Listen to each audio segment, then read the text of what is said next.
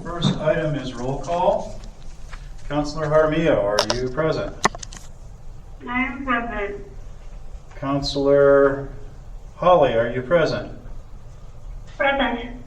Councilor Abraham, are you present? I am here. And I am here as well, so that means the council is here. The clerk treasurer is here, and we have several other folks in the room. First thing on the agenda besides call to order is the Pledge of Allegiance. Mr. Mayor Pro Tem, can you tell us who they are in the room? We can't see them. We have the town's attorney, we have the IT person, we have two other town staff, and we have the road crew manager, or road department manager.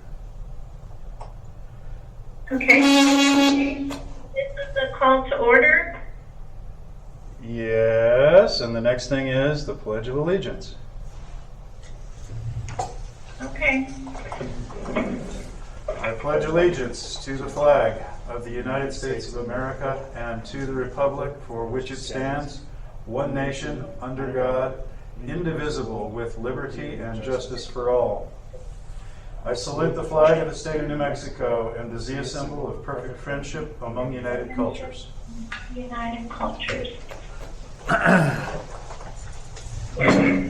First item on the agenda for this evening is the approval of the agenda, and I would make a motion to approve this evening's agenda. Do I hear a second? I'll second. I have a motion and a second to approve this evening's agenda. How do you vote? Councilor Jaramillo? I would like to make a motion to add public comment right before action item as item 4. So that we have action items, we have the ability to hear from the public before we take action. Councilor, I hear a motion. Do I hear a second? Second. I have a motion and a second to move public comment between items 3 and 4. How do you vote, Councilor Abraham? Aye. Councilor Jaramillo? Aye. Councilor Holly? Nay. I vote nay. Motion dies for lack of majority. How do you vote on the agenda? Councilor Jaramillo? Aye. Councilor Abraham? Aye. Councilor Holly? Aye. I vote aye as well. We have an agenda. First item on that agenda is the consent agenda, and I would move to pass the consent agenda. Do I hear a second? Mr. Mayor Pro Tem, I would like to ask that item C, the meeting minutes from March 10th, be pulled for more work. There are some names that were switched around that need to be corrected. I will. I would also like to pull item A for discussion. Okay, we have. Do we have a second? Second. And who was that, please? Was that Councilor Abraham? Councilor Holly. Councilor Holly. Okay.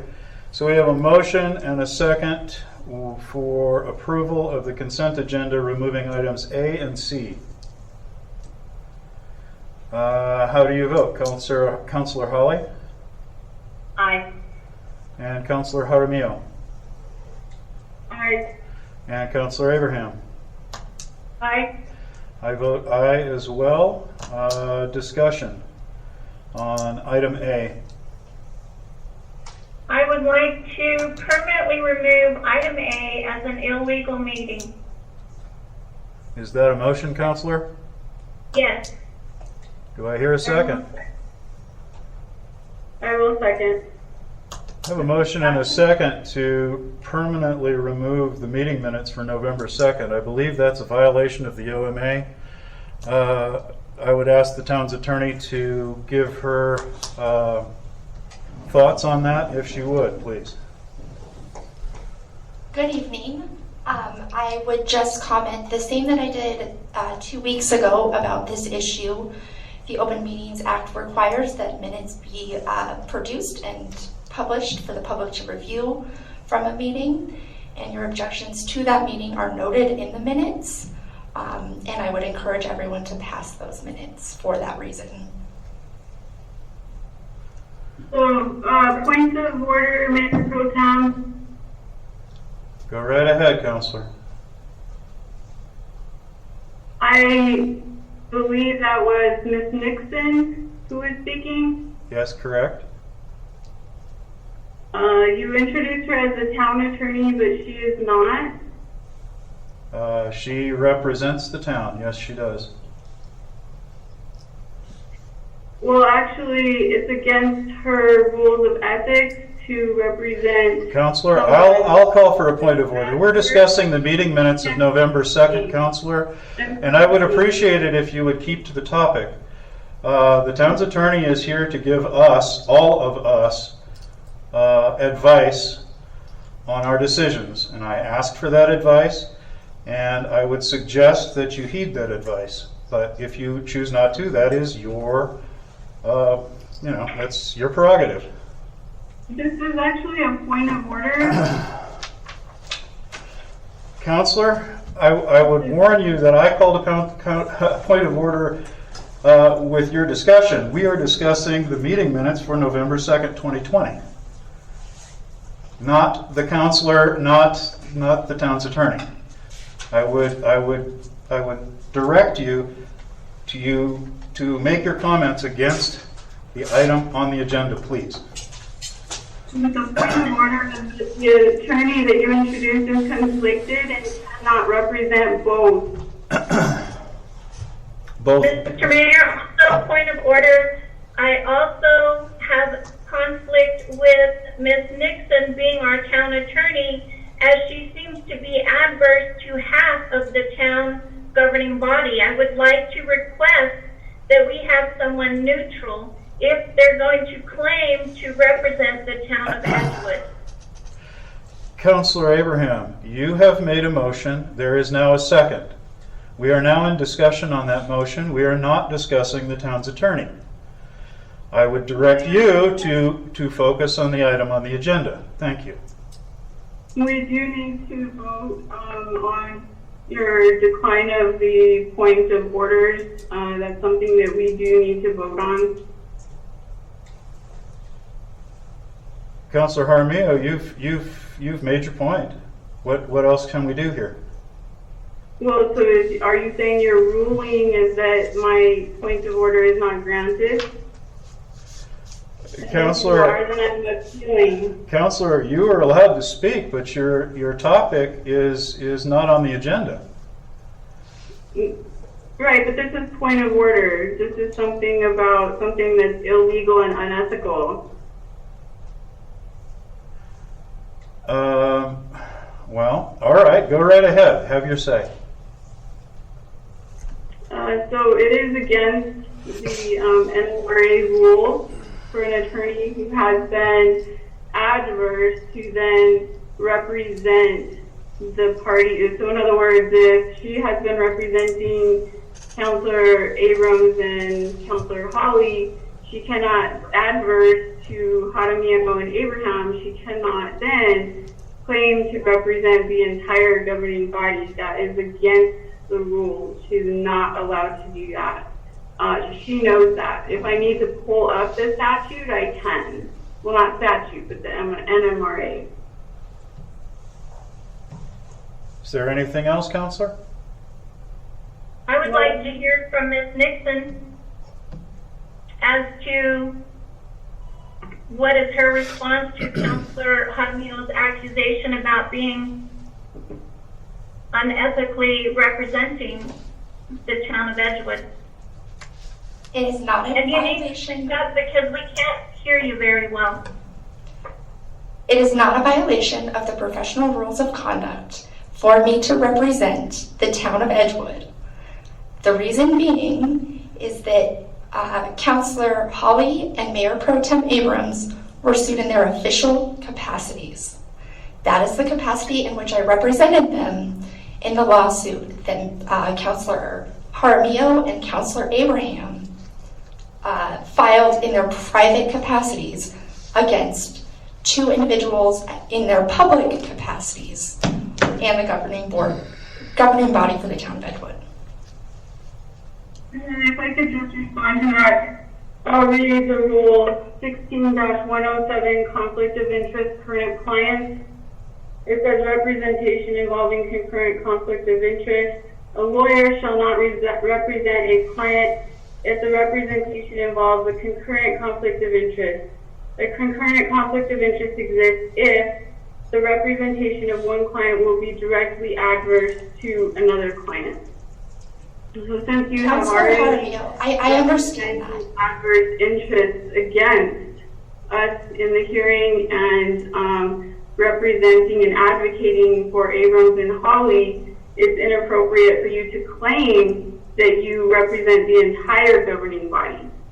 I understand your position, Ms. Jaramillo, and I will tell you that I understand the rules of professional conduct.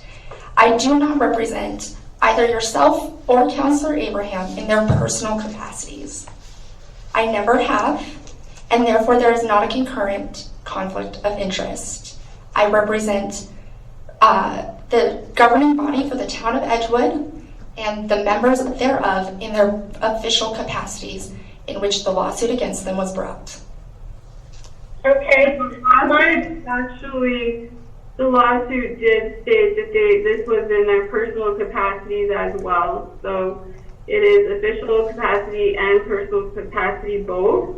And when you have parties that are adverse to each other, you cannot then claim to represent the entire governing body. So I think that Counselor Abraham and I were flexible whenever William Czar was coming to the meetings, and he was answering our questions in an independent and, he hadn't represented anyone in any proceeding, any particular person. And I do understand that the conflict does relate to the entire firm as well. So that's stated in 16-110. It does relate to the entire firm. However, we were being a little flexible with Mr. Czar until he would not answer Counselor, any of my... if I could interrupt for just one moment. Counselor Jaramillo, could you define who we is, please? Well, I was just saying that Counselor Abraham and I were... Okay, so you are independent then of this council? I don't know what you mean by that, but I... Well, I'm just asking. I'm just asking. You said we, and I would like to make sure that everyone is clear that we does not include the entire council, and that you and Counselor Abraham have indeed sued the council. On behalf of the town in our official capacity to get you to follow the rules that have been passed by this governing body. My other major complaint with this law firm giving us advice on this particular meeting is because they were the ones who claimed John Bassett could go into the closed session and could chair this meeting in violation of the judge's order, which had removed him on October the 14th. I think this law firm is totally conflicted all the way around, not only with this meeting, but with every part of their representation claiming they're representing the governing body. So counselors, now we're very far afield from our agenda. I will remind you that this discussion, although a point of order has been called, is completely inappropriate and outside of the agenda and is bordering on a violation of OMA. If you wish to continue this train of thought, I suggest you do it outside this meeting. Shall we continue? So Mayor Pro Tem, I just wanted to point out that there is a point of order, and you rule on that point of order as being granted or not granted. And then if you say that it's not granted or valid, then I would appeal that.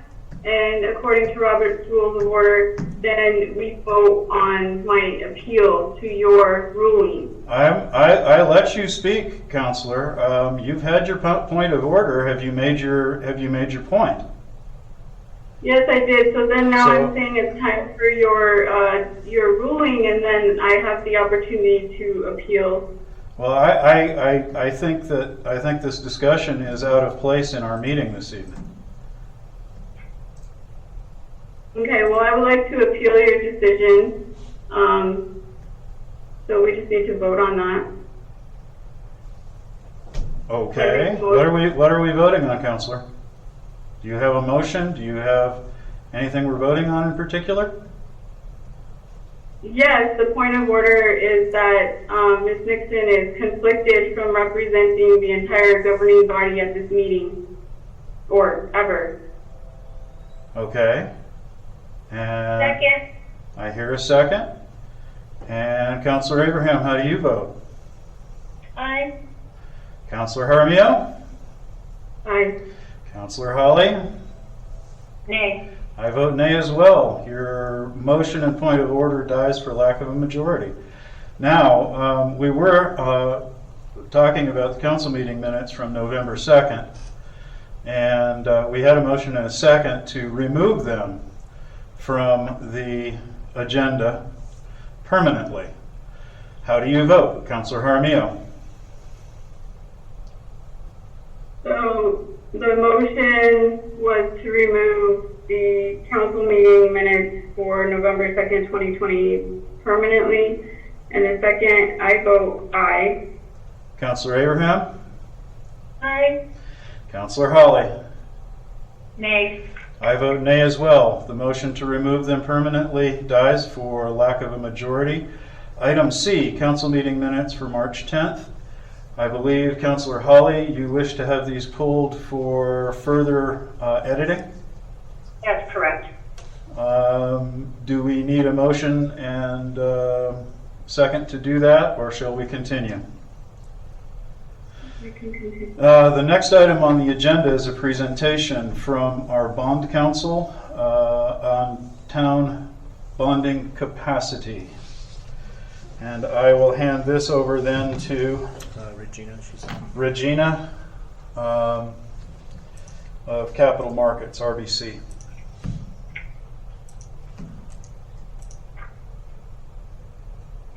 Thank you, Regina, for being here tonight. I appreciate you getting online with us and sharing this information. Counselors, you can follow along. I believe you were sent this via email. I know it didn't make it into the packet immediately when the packet was released, but we got it to you as quickly as we possibly could. We got a quick recess. I'm going to go try and call it. We're having a problem with Regina's connection. I would ask for a 5-minute recess. Hearing no objections, we're recessed for 5 minutes.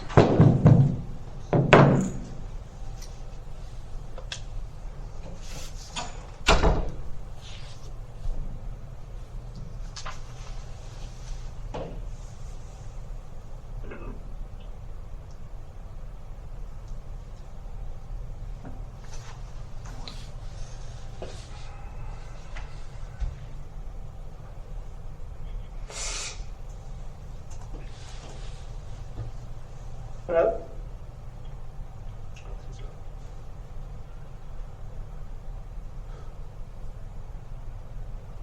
Hi, Regina. If you're there, we've recessed for a few minutes to give you time to get on. This is Counselor Abraham.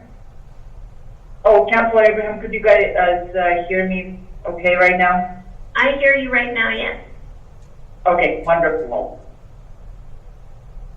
So he should call us back into session here in a few minutes. Thank you. Sounds good, thank you.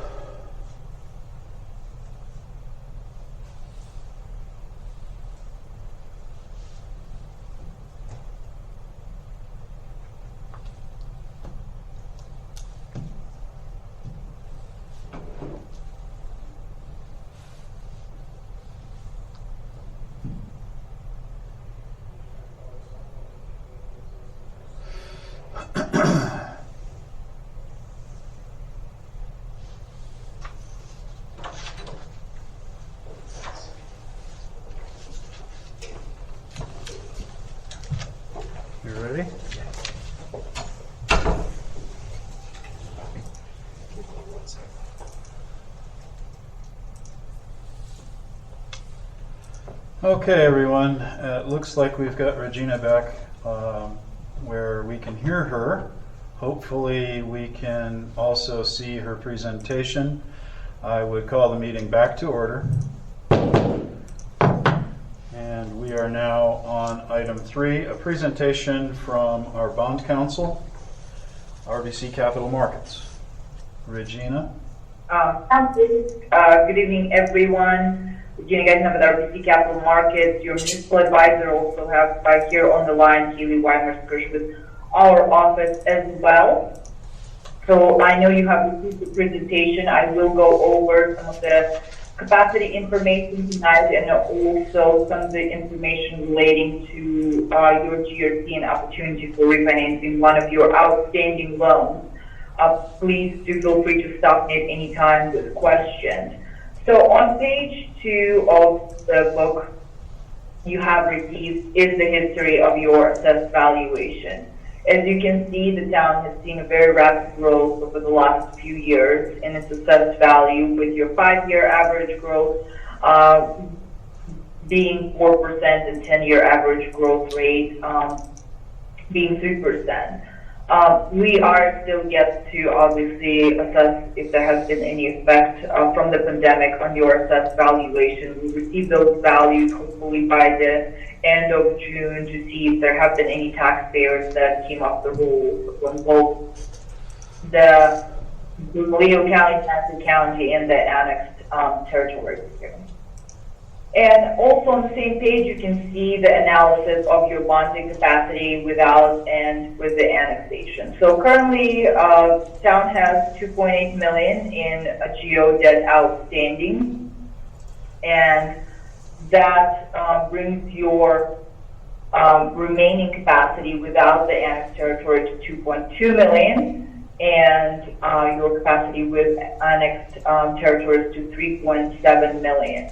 So if the town did decide to go out for additional GO election, you can see that we do have some capacity remaining here.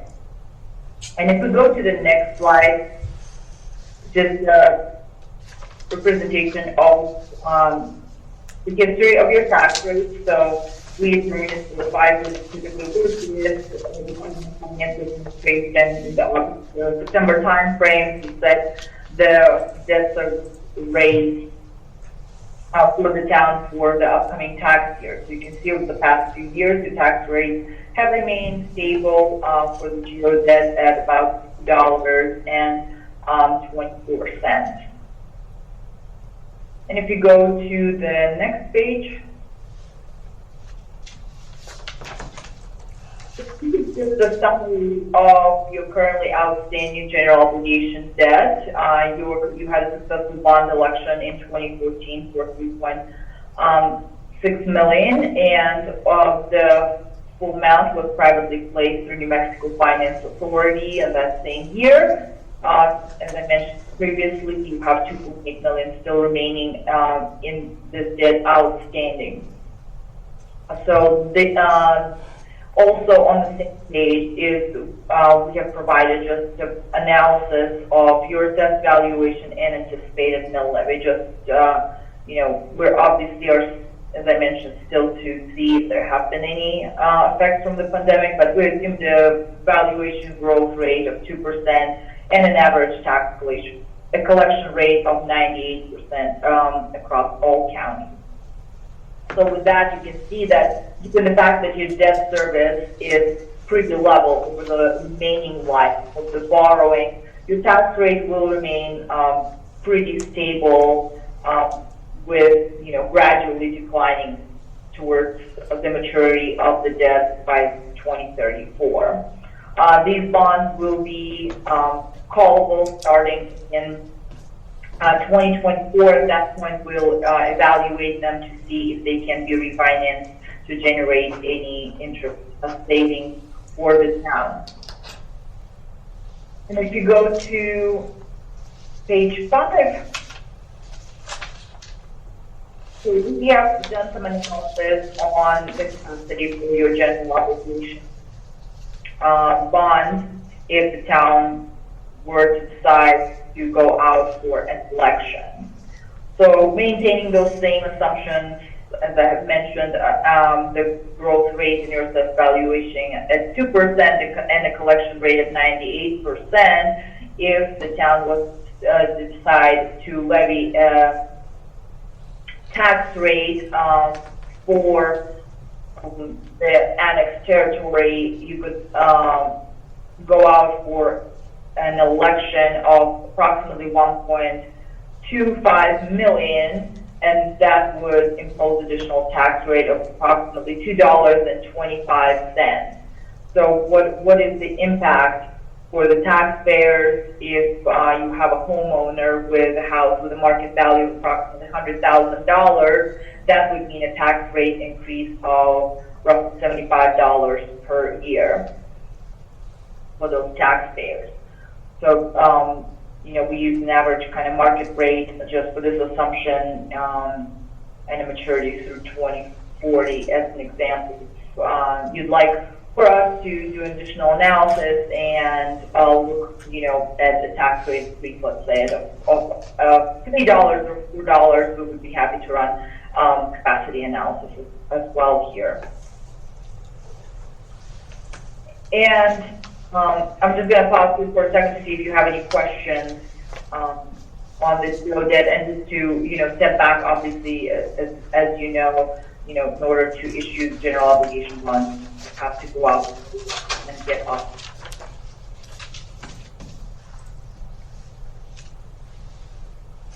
So if we go to the next section, we've also done some analysis on your gross receipts tax debt and tax rates currently imposed. So this is the imposed versus authorized analysis. This is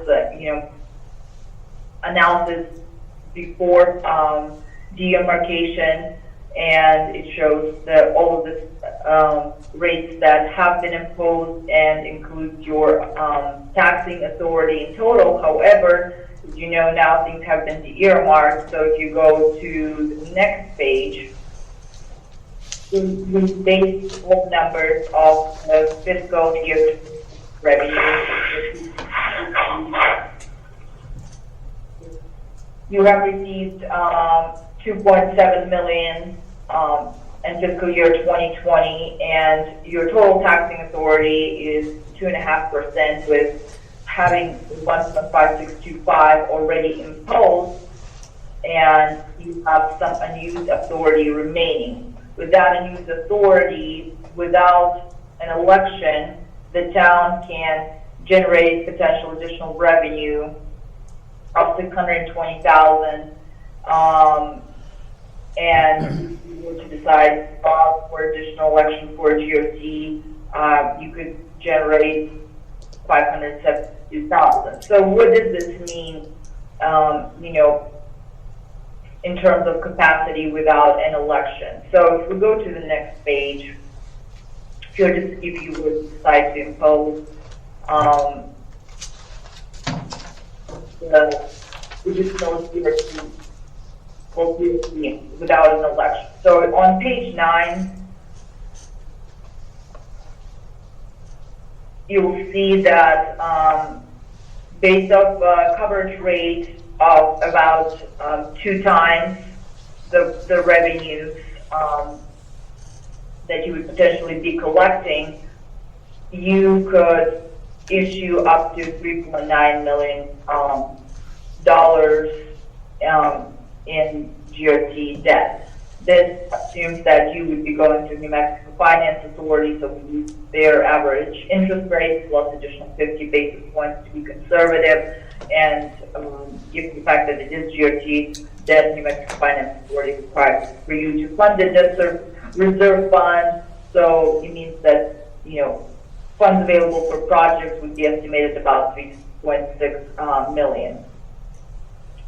And we were a little more conservative on the coverage rate in the event your average revenues were to go down. Typically, the minimum coverage from NMFA requires is 1.25%. So if we go to the next few pages are just outlining your monthly collections in GRT. So we've seen very, very healthy collections. If you go to page 11, especially heading into fiscal year 2021, not definitely encouraging and so what we see is, just kind of going back to your geo debt here real quickly. We haven't seen any decrease in the geo collections from either Santa Fe County and Bernalillo County. So they're collecting the amounts necessary to pay your debt service. And on page 12 is just the summary of your gross receipts tax debt. So the town has kind of two series of state share gross receipts bonds outstanding through 2010 to 2014. The total amount outstanding is $2.5 million. Both of those series are callable. However, our analysis refinancing wants to provide any benefit to the town at this time. And you also have Series 2011 outstanding your infrastructure gross receipts tax bonds through New Mexico Finance Authority, which will become callable on November 18th of this year. And if the town were to refinance them, that would generate some savings, which I'll cover here in a little bit. So going a little bit more into the detail in your state share debt and the coverage. Here on page 13. So just lays out both of the series you have outstanding. So on average, you're paying about $180,000 in debt service, with your state share tax revenue being about $2.2 million. That provides a coverage of 12.2. So given the fact that you do have excess revenue potentially to pledge, we ran some capacity analysis for state share receipts tax. So on page 14, we assumed that the town would need a project fund proceeds of approximately $3 million. So if you go to page 14, assuming that, let's say, you did fund a project of $3 million, we used the New Mexico Finance Authority rates plus the sum for the conservative assumption, and also funded a debt service reserve fund. So we ran for both, analysis for both 15-year maturity and a 20-year maturity debt service. So you can see, if you were to do a 15-year borrowing, your average annual debt service would be about $260,000 a year, with the total coverage going down to about 5 times. And if you were to extend that debt to a 20-year maturity, your annual debt service would be about $50,000 less, with additional coverage of 5.6. So that we're happy to run, additional numbers if you want to look at larger or smaller project funds to be funded through the GRT. And on page 15 is the municipal infrastructure gross receipts tax bonds that are currently outstanding through New Mexico Finance Authority, as I have mentioned. As you can see, this debt has average callable rate of about 3.46 average coupons through the life of the borrowing. So we ran some analysis on refinancing those bonds, given the fact that the interest rates are at their historic lows, and that the debt is outstanding for New Mexico Finance Authority. So if you go to page 16, let's provide the analysis. So again, the bonds will become callable on November 18th, 2021, and they can be refinanced on a tax-exempt basis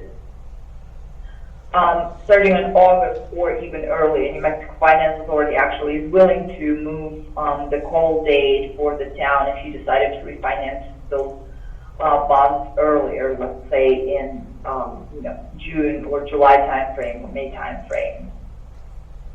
So based on the current New Mexico Finance Authority rates plus 45 basis points in the event the rates were to go up from the current levels, you could refinance this outstanding loan and generate net present value savings of approximately $50,000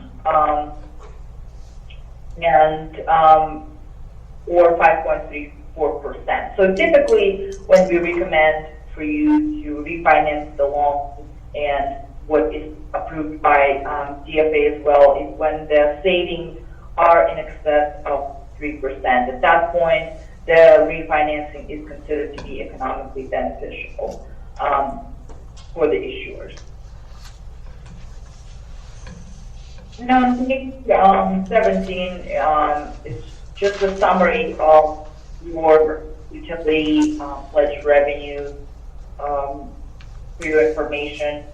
There has been a transfer in fiscal year 2019, but we wanted to provide this analysis as to what's available for you to pledge in the event you decided to borrow against your utility. However, this transfer, we obviously would need more details to know what's the source of those funds, if they could be considered a pledgeable source of revenue, and to look at your fiscal year 2020. But with that, I'm happy to stand for questions.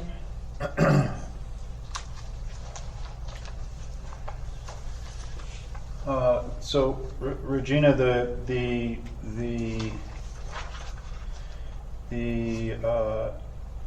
NMFA loan and the refinance, what will the town, what is the process that the town will need to begin to think about that refinance? It seems to me that a 5%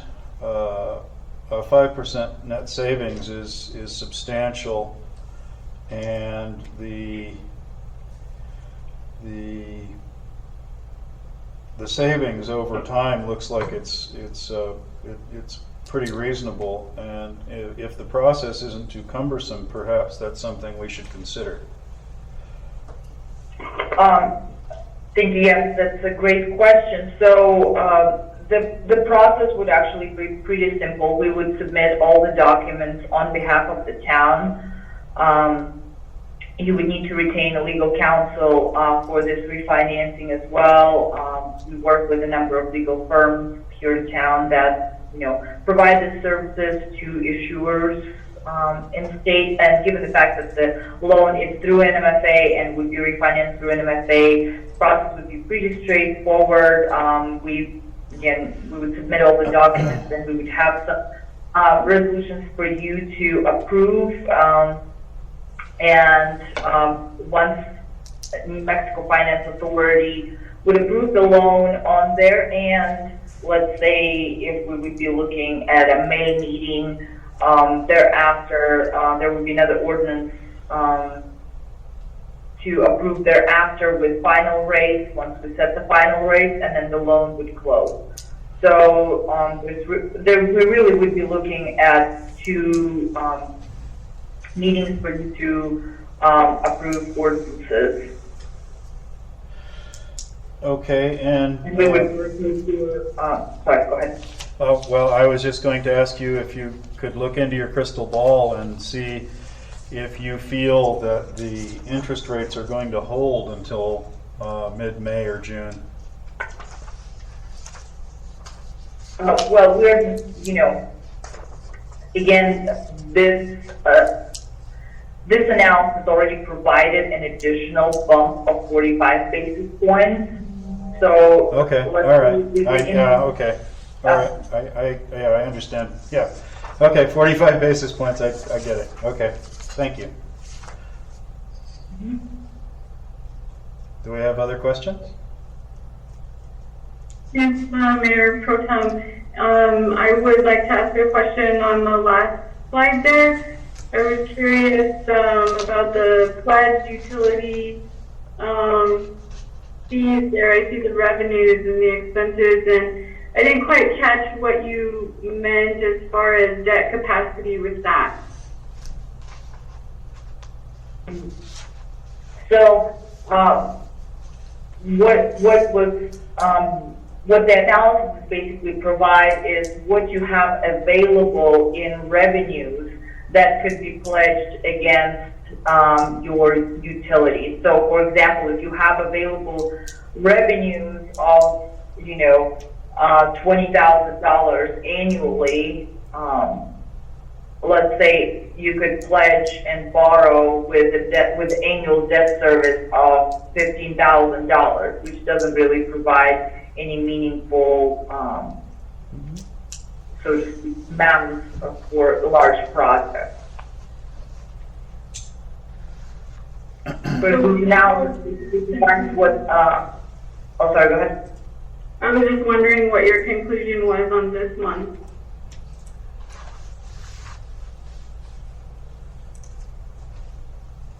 Well, our conclusion is just basically to present this to you for you to be aware of what you have available in terms of revenue sources for various projects, including some utility projects. So as you can see from this analysis, we're seeing a huge jump between, fiscal year 2018 and 2019, and there was a transfer into the utility fund. However, as I have mentioned, we would need to know what that transfer is and then provide additional analysis if this can be considered a viable source of revenue to be pledged for borrowing.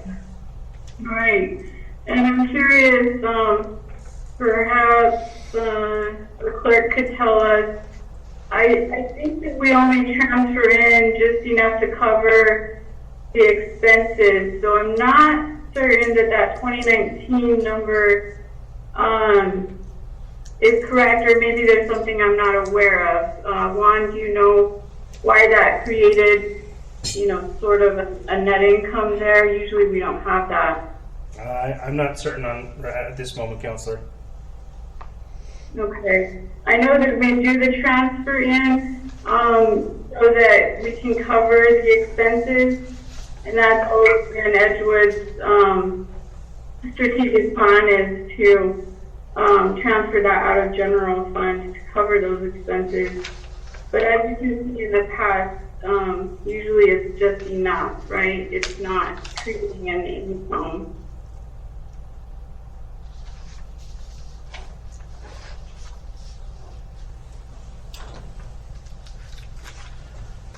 So do we We would have, be happy to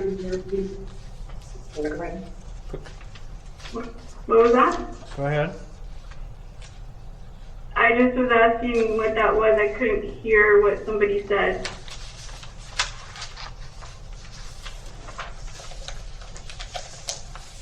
I don't know who was speaking, honestly.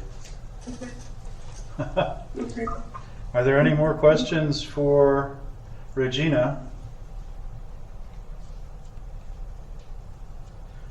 Okay, well, thank you, Regina, for presenting this to us today. This information, I think, will be very helpful in further discussions, I think, farther along in our agenda this evening, with regard to how we're going to deal with a rather large road situation. I appreciate all the work you've done, and thank you very, very much.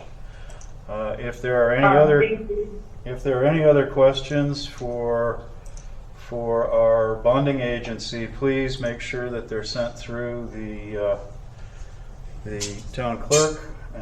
Copy myself on them, and I'll be sure to see if I can get them answered for you. Thank you very much. Thank you. Yeah. Thank you.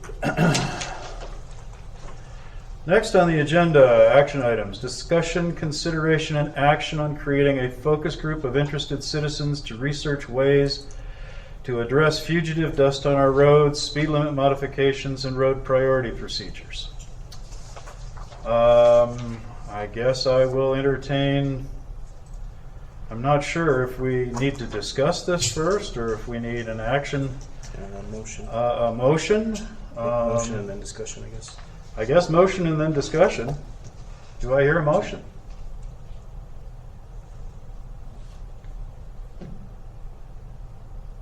Mr. Mayor Pro Tem, I would make a motion that I would like to have us come up with an idea of possibly a focus group that might consist of planning and zoning,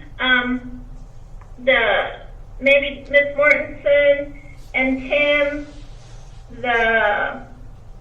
Mr. Cog, and possibly some interested citizens that might be interested. Oh, and the road department, to talk about, maybe come up with some ideas on how to adjust speed limits, how to address fugitive dust. I've had some people calling and sending some valuable information that they've found that I thought, if we had a group of people looking just specifically at this, then they could come and make, presentations to us about what they're finding and give us maybe some out-of-the-box ideas that we haven't come up with yet. Okay, I'm trying to fish around for a motion there. A motion would be to create a focus group, which would consist of our planning department, and Mr. Cog, and a group of maybe 5 citizens that could bring ideas about fugitive dust and road, how to get road speed limits changed, how to get roads adopted. I mean, a group that people could go to if they wanted to get things done on their roads. Oh. So a focus group of 5 citizens, the planning department, and Mr. Cog. Or advice for Mr. Cog. I'm still fishing for a motion there, but okay, I guess. Do I hear a second? I will second and ask for a friendly amendment, Councilor Abraham, if you would be open to leaving it as, let's say, like maybe 4 representatives from the town, because I think we need to have planning, but also public safety, road department as well, right? So maybe 4 town representatives, which could even include a counselor, and then 1 from Mr. Cog, and then the 5 citizens that you mentioned would be fine, I think. I know there's been 2 citizens in particular, Donna Goodhue and Martha J. Turner, who have always, brought up this issue in the past and have researched it quite a bit and have an interest in this. So I know there's at least 2. But anyway, would you accept the friendly amendment on the 5, the 1 from Mr. Cog and 4 from the town? Yeah, I don't really think we need a counselor on that group, though. I think I would like them to bring information to council as a focus group. I would agree to, the other people, but Okay. I don't think that we need a counselor. How do the other counselors feel about that? Well, I think we need a motion and a second and then some discussion. So, Councilor Abraham, do you accept the friendly amendment from Councilor Jaramillo minus the inclusion of a counselor? And if I think I heard correctly, we are going to create some sort of focus group with a group of citizens, and I'm still unclear as to the number. I heard 4, I heard 5, and the department heads, including the chief of police, the department head for our roads, and planning and zoning. Is that correct? Yes. All right, so discussion. First, I'd like to chime in a little bit here because I think we already have this in place in the town, and I think we've already gotten a lot of it in actual resolutions that have been passed by the town in the past. We already have the Planning and Zoning Commission looking at road standards and at roads that need attention. That is a resolution that basically demands that the Planning and Zoning Commission annually give us a report on the roads and an assessment of what needs to be done in what order. And we've been getting those reports. Those have been coming to us, so that piece has been done. I would also remind the council, and I don't know if you were on the council, Councilor Abraham, but once upon a long time ago, we did an awful lot of study of products to keep down road dust, and what we found with a collaborative effort with the county was that although there are various emulsions and applications that we could put on our roads, the applications don't last through a rain. They do various bad things when they become very wet, which we are notorious for, especially in the springtime. And that after several applications, the cost was similar to that of chip sealing. So I think we've been here before. I think we've done this before. And I will open the floor up to other discussion. Okay, my concern is with, there seems to be a problem with maybe some of the process for citizens getting things done. They seem to be hitting some roadblocks with some issues. And then the other concern I have is I wasn't on council at that time, and I have been on council almost 10 years. So I'm wondering if there's not some new products out there. I mean, look at all the improvements that have happened in the last 10 years. And so, you know, I'm not saying this has to be a really extensive thing, but I think we could have a group of people look at some process. Maybe it's just to come and give us some information about what could we change to improve our process. Well, Councilor, I think that could be a councilor project of yours. You could certainly go out and solicit various manufacturers and the advice of people in the community and bring that back to us. I don't think we need to enlist the help of Mr. Cog and everyone else for you to go do the research. I mean, could you do that? Would you be willing to do that, Councilor? I would not, because I think there's experienced people out there who have this information that, I mean, I don't have the information. I think there's people out there with the information already. No, I know. I'm not asking you to have the information. I'm suggesting that perhaps you could seek those people out and bring them forward. Okay.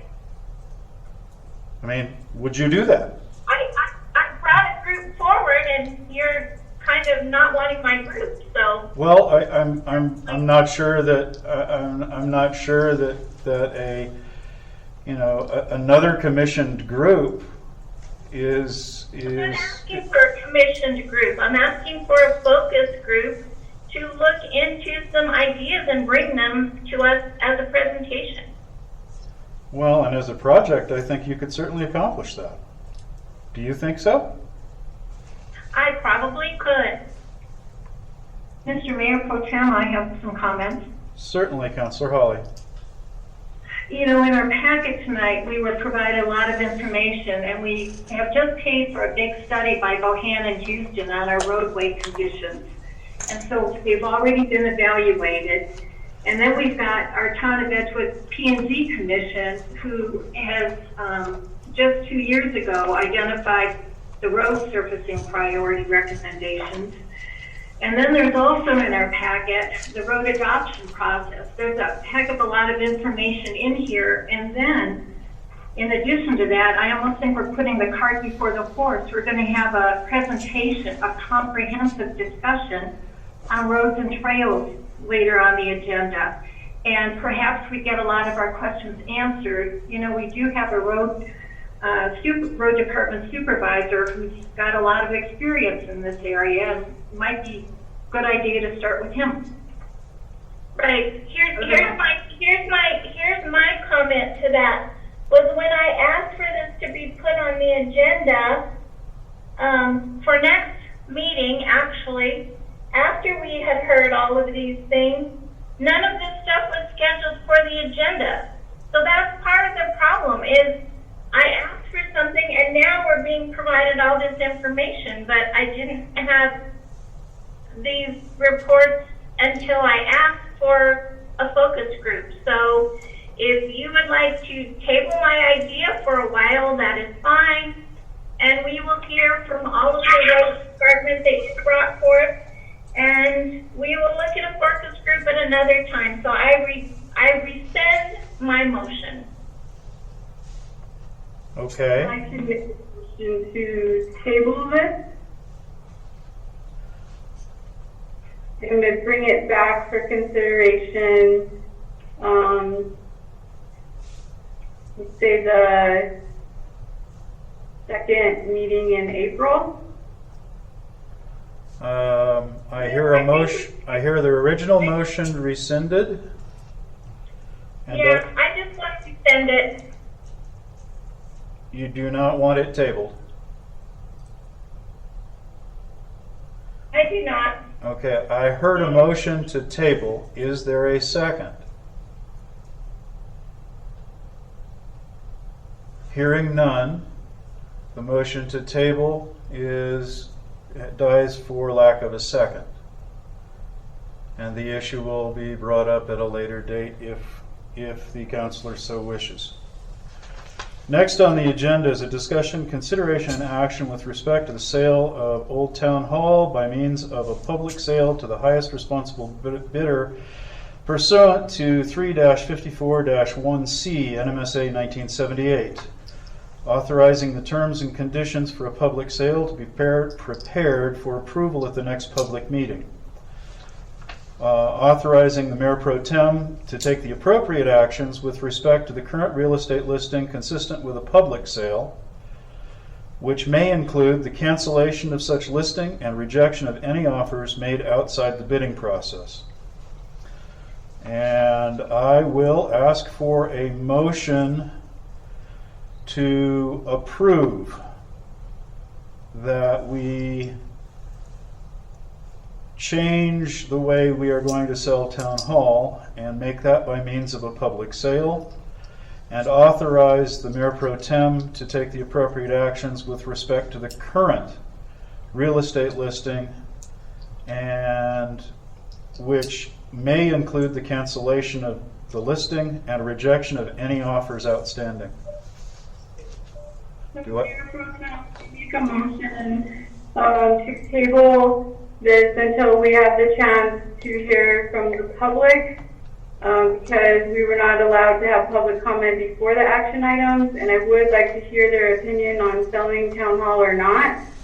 that's something that cart before the horse, and I think we need to really hear from the community, especially with the change in, definitely with the change in the market right now, with COVID, the amount of the town hall cost, all of those considerations, as well as undercard being sold, which is right next to town hall. I think there's many factors involved here, so I make a motion to table this until further information. Second. So we have a motion and a second to table this item. I will remind you that we do still have the current action of council pending, and that there may be offers that have been tendered to our agent. It might be something that we could do to authorize the appropriate actions to remove the building from public sale and not consider what actions we need to do to make it a public sale. I mean, right now the building is for sale, and I would assume, although I do not know, that we are receiving bids on that building. And the current decision of council is that the mayor, and in his stead me, can accept one of those bids and then move forward with meeting with council's approval. I suggest that that's not going to happen. I also suggest that instead of tabling this, we take action to remove it from the market and then take public comment over a period of time on what the town should do with that building. I'm open to suggestions. We certainly don't have to sell it. We do however, have a motion and a second to table. Okay. Do we have further discussion?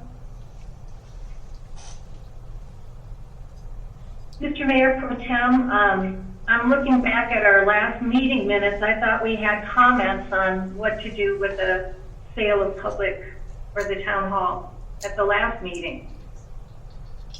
I believe we did have some comments, yes.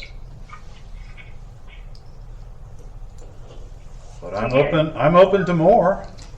Already done that. I recall the comments were not in favor of the sale. And I believe there were only, how many are there, Councilor Holly? 2 or 3, maybe? Although I did reach out on Nextdoor app a while back when I was trying to get this on the agenda for consideration of selling or not selling last year. And on Nextdoor, people were saying all kinds of ideas. Like it could be a county satellite office. It could be this, it could be that, you know. And so I didn't hear anyone that was really in favor of the sale. They thought that we were selling it for half of what it cost us, and the replacement value would be, you know, much, much higher. So I don't know if we want to just rely on those comments we've already had or open it up. I'm willing to. Amir, would you be willing to agree to just remove it from the market right now until we can? Councilors, that's up to you guys. That's why we're talking about this. Okay. I just made a motion. I didn't get a second, and then I got a tabling motion. Okay. Then I would make a motion that at this Wait. Just 1 second. I'll withdraw my motion to table, Councilor Abraham, so that you can make yours. Okay. I make a motion that as of right now, we remove it from the market, have some more discussion about what do we want to do with it, because that is true. We're selling it for half of what we paid for it, and building costs right now are skyrocketing. So you cannot replace a building for at least double or probably 4 times what that one cost originally with the price of materials right now. So my motion would be to remove it from the market at this time. So let me restate the motion so that we have it very clear, and then I'll ask for a second. So your motion is authorizing the Mayor Pro Tem to take appropriate actions with respect to the current real estate listing consistent with a public sale, which may include the cancellation of such listing and the rejection of any offers made outside the bidding process. Is that correct? Yes. Do I hear a second?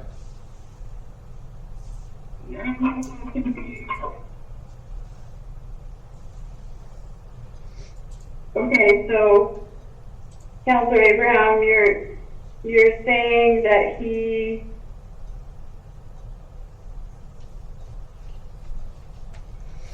We can take it off the market and reject all offers right now. So the council, the motion is to have, the motion of council is to have the Mayor Pro Tem take appropriate actions with respect to the current real estate listing consistent with a public sale, and cancel such listing and reject any offers that may be made outside that may be made on the current listing.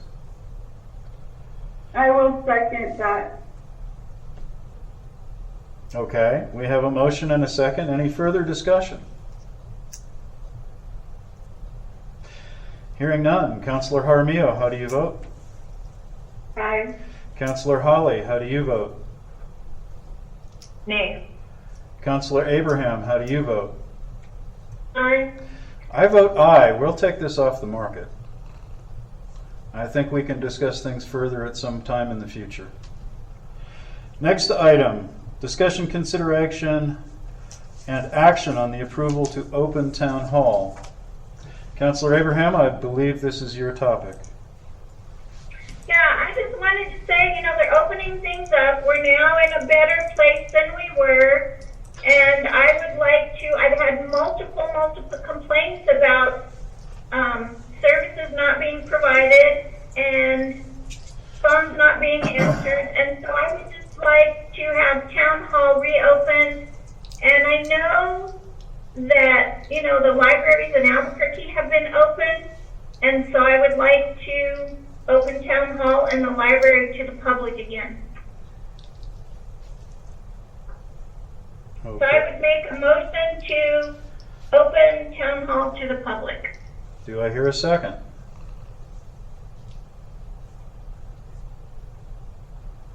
I will second, and then discussion. I would like to remind council that both town hall and the library are staffed very lightly. And that at one point we had a COVID infection in the office, which basically required us to quarantine most of the office for a couple weeks. Should someone either at the front desk or in one of the offices contract COVID at this point, not many, very few, if any, of our staff are currently vaccinated. So this could be a very serious problem. And it could close town hall for as much as 2 weeks. I would warn you that reopening right now is probably not the best of times. State offices are not open. I don't think if you've gone to the DMV lately, you've done it without making an appointment. My understanding, talking with town staff, is that permits are being issued, things are being reviewed as they need to be. calls are being answered where voicemails are being left, and phones are being answered. Staff is in, and making appointments to get things done is the standard way of doing things, so we don't have too many people in the office. There are still restrictions on businesses. There are still limits on things like occupancy. And it's my personal opinion, and you can take that for what you will, some of you don't take it for much, that it would be premature at this point to open things back up 100% to the public. I think it would be a disservice to our employees, and possibly a disservice to the public should somebody become infected and not know it.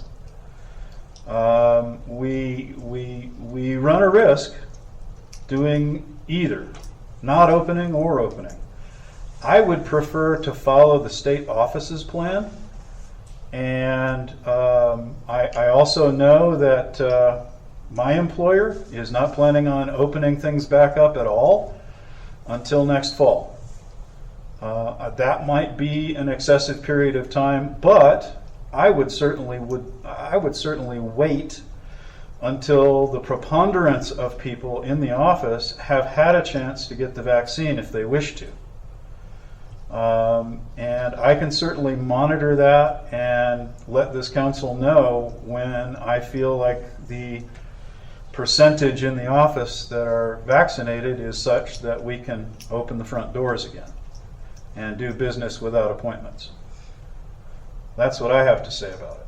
And that's also what I have to say about the next item on the agenda. Any other comments?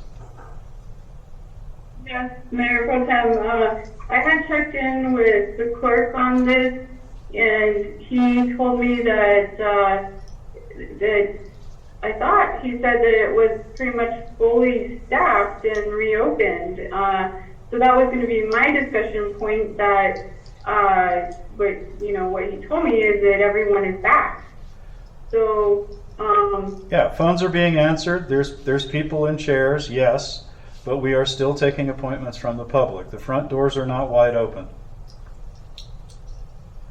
And if we can include in this with everybody's agreement, the next discussion item, which is the library, we only have a librarian right now. Okay, I know we have a motion and a second on the first item, and we'll go to vote on that and then on the second one, but I want to caution you, we only have one person in the library right now, and if our librarian were to become ill, that would be it. The library would be closed, and there wouldn't even be virtual checkouts. So, is there more discussion? I did want to say that the governor has determined it's safe for the children to come back to school, and the teachers, and so things are, well, I don't know what she has determined other than that was her decision that they could reopen, right? So that seems to me to be pretty reasonable to allow the kiddos back into the library, or for other people to come into town hall as needed, and especially with some of the some of the more higher traffic. I heard complaints about animal control and and town hall both. Those were the two that I heard complaints about. So yeah, I heard some complaints about that about 3 months ago, but I think most of that has been addressed, and I think we're moving right along. I personally had some need for contacting animal control and didn't have a problem calling the number. So I don't know how to direct you, except that it seems to me like even the teachers' unions have said very, very strongly that they would prefer to have their members vaccinated before going back into the classroom. And I believe that the governor's office also authorized the grade school teachers, at least, or all instructors, a priority on getting vaccinated. So, and you know, right now, I believe that vaccinations are available. And if we could get everybody vaccinated in the next couple of weeks, that would be great. I would encourage town staff to get vaccinated if they wish to, and do it as rapidly as they possibly can. There are various ways you can do that. But again, I think that opening to the public at this particular point in time is a little bit premature. Something else that you may or may not know, and you might want to go out to the State Department of Health's website. There are about 9,700 cases recorded in Santa Fe County, and of those 9,000 cases, almost 500 of them are in Edgewood. Now, I don't know if you want to run the statistics on that. Audrey, you probably could do that in your head. But that's about 5% of the total. Edgewood's not doing real great, guys. And I really would hate to see any of our employees come down with COVID. I know a couple of people personally, and you know, that have come down with it. That it's not good. It's not good, guys. So we've got a motion and a second. Do we have any further discussion? I would just like to add, I would like to err on the side of caution for our employees. As you said, we do have a small staff, and they work in close quarters. And I would, worry if somebody did get COVID and then coworker is exposed, and then everybody's got to quarantine for a couple weeks. I do think it's a little bit premature to open the doors totally at this time. And I noted in our reports that we got from Animal Control, there have been some adoptions recently. So people have been getting in there. And our P&D department, has been meeting with folks that need permits and other information. So I think for the time being, my opinion would be to continue with appointments. Mayor, I did also just want to point out a few other things. First of all, I in no way want to pressure our employees to get the vaccination. I think that is most definitely a personal choice and something to proceed with caution, as it is still experimental. And so I would not make that, any sort of pressure or requirement to be coming back into town hall. As well, it's really important to note that the science is showing that people who are vaccinated do shed the virus. And so once a person is vaccinated, it is wise for them to also quarantine. So just wanted to point that out. Lastly, your comment about the fall, it really surprises me. I don't anticipate that we'll have to wait until the fall, but usually going toward fall and winter is when the flu season and the waves come back, right? Usually summer is the healthy time of year. So just want to say as well that I certainly hope we're not waiting for the next flu season to come around to reopen.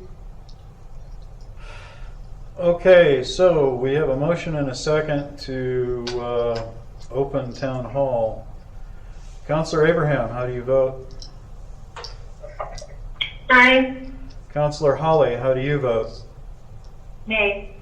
Councilor Jaramillo, how do you vote? Aye. I vote nay. Motion dies for lack of majority. Next is discussion, consideration, and action on the approval to open the library. I will entertain a motion.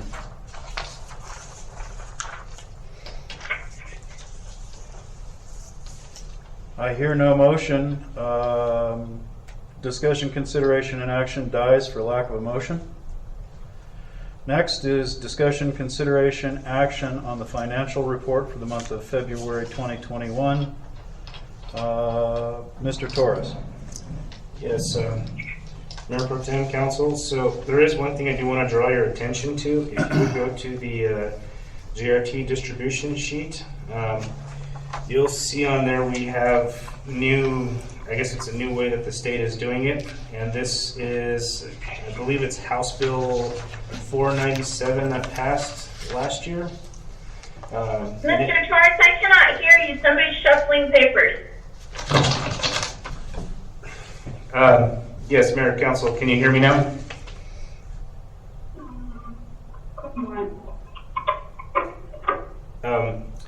Okay, so on the GRT distribution report, it's now going to change, and I believe it's House Bill, what did I say, 479 that the legislature put through last year, which combined all of our GRT, and I think Regina kind of touched on that with the GRT and how now the way the GRT is we have essentially what the council can pass and then what has to be passed by referendum.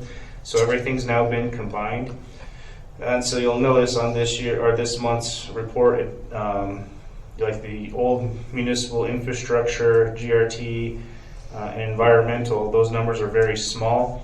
We might see them drop off completely and pop up at random just for some taxpayers who might have owed under the old system. But moving forward, it's now just going to be the two columns for it's the GRT and the GRT-R, which is for the referendum portion.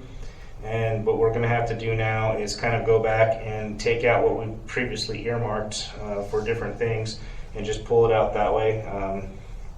But I did want to bring your attention to that. So that did change. Also, I did speak to Mr. Monteith on the food and medical, and it looks like, doesn't look like there's any reporting errors, at least that they could see, and it just looks like I don't know, maybe people are moving back to shopping in Albuquerque, and yeah, just the food numbers are down. So that's why that distribution has been substantially low since, I guess, Thanksgiving. And that's why our distribution this go around is low. This is for the month of January, $372,000. But it's still up from last year substantially. But last year we also did have that little issue with our hold harmless where something didn't report. So that's the GRT distribution. And do you have any questions on the rest of the report? I did, I think it was the February 24th meeting we had discussed, and probably prior to that as well, actually, not having received legal bills prepared, and so you were going to check in with the law firm.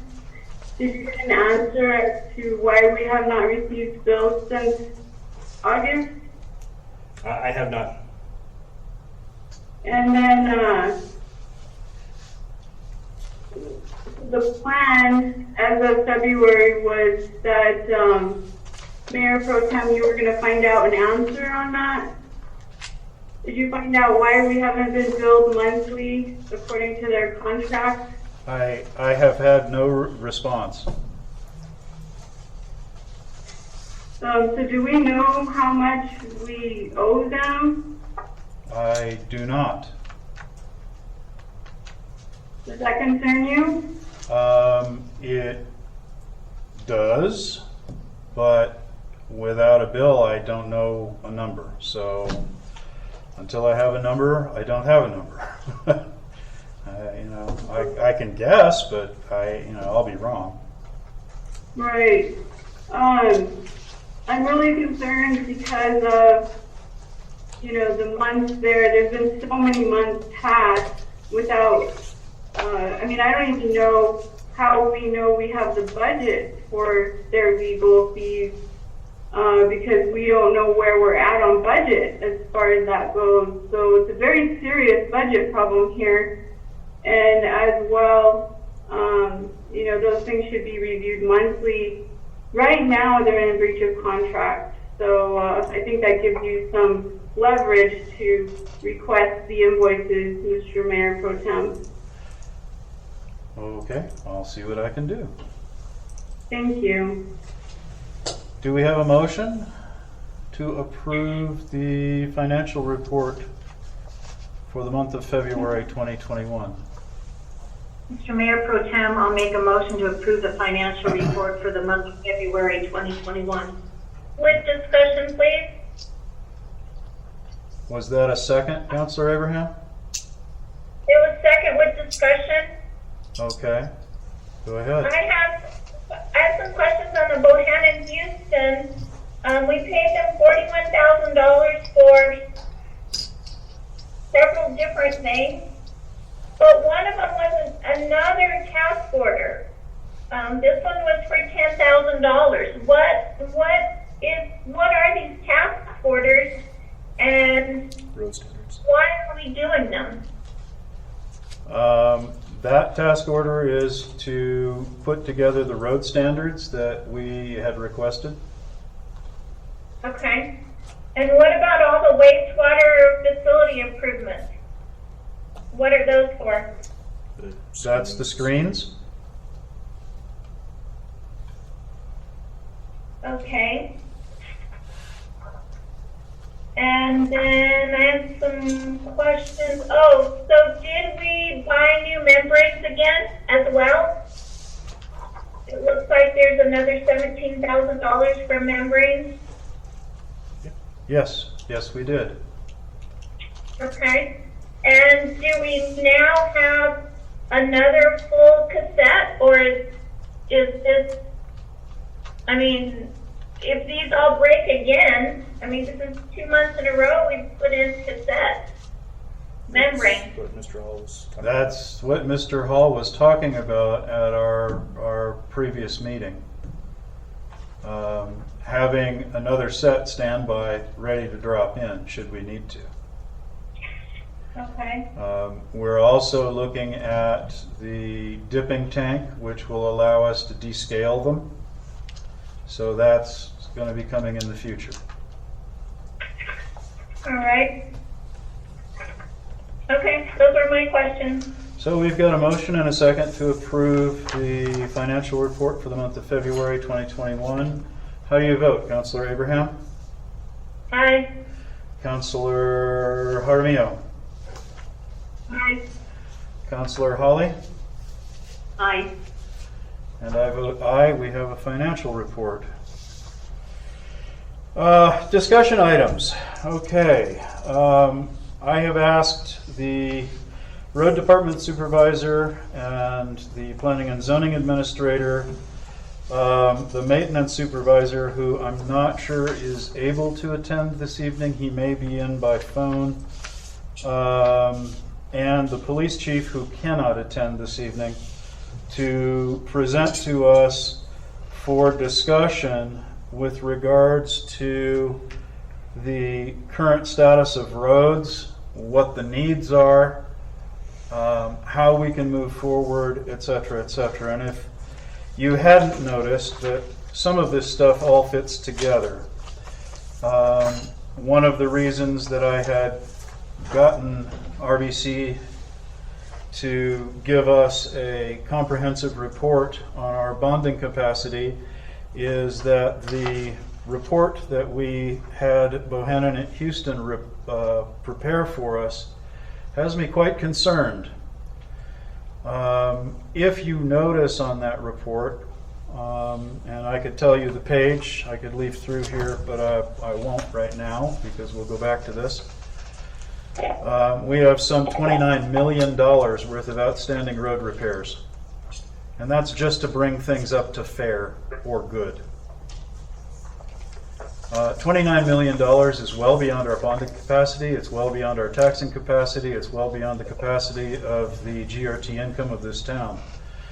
And tonight I want to get some ideas of first steps, next steps, and any steps, because it has been too long that we have not paid the adequate amount of attention that we need to to our biggest investment in the community, and that is our roads. If you also look through this report, you'll see what that investment is estimated to be. And if we don't keep up with it, that estimate is going to decrease, and that will therefore decrease our bonding capacity, decrease our future possible options, and many, many other things. I know that we can't put together $29 million tonight. I know we probably won't be able to do it tomorrow, and the way the bonding and taxing issue looks in this town, I doubt we could do it over 30 years, maybe 60. However, we do have a responsibility to the community, and I intend to find a good way forward. So with that, I would ask for Mr. Charles Williams, the Road Department Supervisor, to present his report and ideas to the council. All right, how's it going, everybody? You might want to swallow that microphone. Uh-oh. All right, is that better? Yeah, there you go. Okay, how's it going, everybody? Well, I guess we could start with the report that was done in December. The numbers haven't changed. The only thing that's getting worse is the actual roads themselves. 30 million is a big bite to take. I think if we started working on the arterial roads, that we could start building improvements on it. I think that our worst road right now would be Frost, followed by Dinkle, and then Church, and Quail would be my top 5. These are all arterial roads that people need to move through the town to get from one end to the other.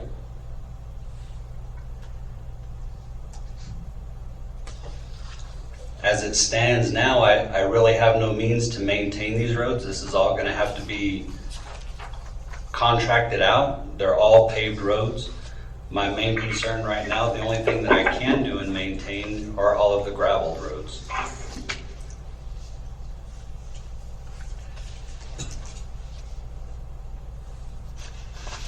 So, Mr. Williams, how would you suggest that we proceed with? I mean, you know, it's obvious we're going to have to. We don't have the equipment. Okay, the first thing is we do not have the equipment to do paved roads. We do not. And so that's going to have to be a contracting adventure. Absolutely, absolutely. I have the means to do potholes. Anything above and beyond that is beyond the town's capability at this point. And what about, so let me ask another question, and maybe this is a different way of asking the same question. If we were to address the most pressing needs for paved roads, you said Frost was the top of your list? It's in my opinion that I would start with Frost, absolutely. That's one of the main roads that you can go east to west on. Mm-hmm. And I think that we had an estimate in the Bohannon-Houston report on... That estimate is right at $2 million. So that's a $2 million adventure. So that would take the lion's share, that would take 2/3 of our current bonding capacity to basically do that. Yes, sir. And it would take a vote of the community to bond to repair that road. Yes, sir. Okay. And what was the next road? The next road would be Dinkle, east and west. Dinkle, in its current state, I'm out there once, if not twice a week. Dinkle East, blading that road, keeping it smooth for people to move in and out of those neighborhoods that it services. Dinkle, wait a minute. Dinkle. Oh, I'm sorry. Dinkle's I was, paved. right, I was thinking Venus. Dinkle, yes. Once again, that's the main artery. And I can't remember what the cost was on that. Dinkle East was $273,000, and Dinkle West was $700,000. Okay. I'm showing on the Bohannon Houston cost of improvements for Dinkle East, the 272, but then it also shows 6.6 million and Dinkle West 6.7 million for improvements. Counselor, that's the difference between what's known as crack sealing and repaving with an overlay. So crack sealing, and if you look in the beginnings of this report, it tells you what that entails. Crack sealing is a hot poured asphalt. Basically, they go along, they clean the cracks out, they blow all the dirt and loose debris out of the crack. They come back along and fill it with a liquid asphalt or a heated asphalt. Crack sealing will repair a road for a little while, but once the road starts to break down, because of those cracks, you get infiltration, and then the substrate under the road begins to break down, if you will, erode, become mush in wet weather, and then the road cracks even further. The condition of frost is at this point almost, in some areas, to the point of tearing it out and replacing it wholesale. That's why the multi-million-dollar adventure. If we were to do the same thing to Dinkle, we would probably have to do it in chunks too, because some spots of Dinkle are in really, really bad shape that are inside the town. Now, from Horton west to the county line, that area right now is in pretty bad shape. From actually, I think it's what is it? It's from Horton east to 344 is in not so bad a shape. It's relatively new, but Dinkle east, going to the town's limit, it's It's in bad shape. Mr. Williams is chuckling over there and saying it's in bad shape. I'd say it's in worse than bad shape. So we've got two east-west roads, two major thoroughfares within our community that need immediate attention. And not to make light of it at all, but that's just those two roads, and that's just about 7 miles of road. We have over 70 miles of road we have to attend to.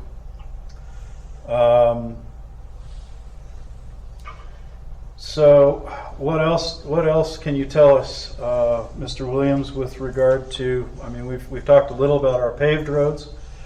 I think if you pay attention to this report, you'll see that 2/3 of the paving within the town is in need of some attention or immediate attention.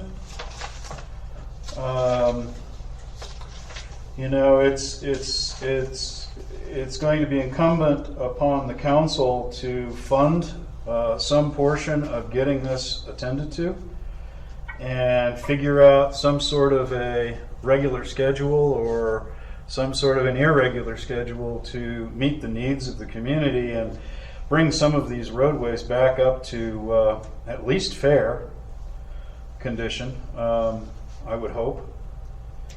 So, what about our unpaved roads, Mr. Williams? The unpaved roads I'm able to keep up with just barely. Our fleet is in desperate need of upgrade. I would like to get another grader. If possible, I would like to have 2 rollers. The fleet in itself is is extremely old. My grader that we're using now is a 2004. The life expectancy on those machines are 5 to 7 years. So I would say that we've far surpassed the expected life. I'd like to, if I could, I would like to have another crew added on. And that should break us free so that I could start looking at culverts, road signs, road striping, expand our capabilities. But I think that it all begins with getting a fleet up to par and getting the people to run the equipment. So what you're saying is you need a new motor grader and 2 rollers and people to operate them. Yes, sir. Then I could break up How many- into 2 crews. How many people in each crew? How many people would you need to do a second crew? And I would like to have at a minimum of 3 on each crew. 3 people in each crew. Okay. So you would want plus the person you're down right now. Yes, So we would be looking at hiring 4 people. yes. And do you have any estimates or quotes on the motor grader, the rollers, and any other equipment that you may need? The grader, I got an estimate of $270,000, and the roller estimate came in at $109,000 So you would need $500,000 for equipment. for equipment. Okay. And do you have an estimate on labor costs? Do you know what it would be to finance 3 more people in your department? It would basically, we would double. You would double. What's the current? If you know that number. About 270,000 approximately. So we would go from 270 to approximately 600,000. Okay. So council, I hope you're jotting down some budgetary numbers here, because this is, we really do need to do something. And I've been hearing this for pretty much my entire tenure on the council, that we need to add more money to our roads budget. We need to add more money to our roads budget. It's been a mantra. Now we have some numbers. Is there anything else that you want to present to us today, Mr. Williams, with regard to what your needs are? Or? No, I was able to reach out to Espanola. Mm-hmm. They're very comparable. I can tell you that they have 55 miles of road where we have 72. They have 8 employees. We currently have 3. Uh-huh. And their budget is approximately $200,000 more than ours as it stands now. Uh-huh. And does that budgetary number include any kind of purchases of equipment and machinery, or is that just the operating budget alone? That's the operating budget. So that's their alone. operating budget. They currently have about 10 pieces of equipment more than we do. I see. You have what? I didn't catch that. 10 pieces of equipment more than we do, as Okay. far as maintenance equipment. Do they have any chip seal or asphalt equipment?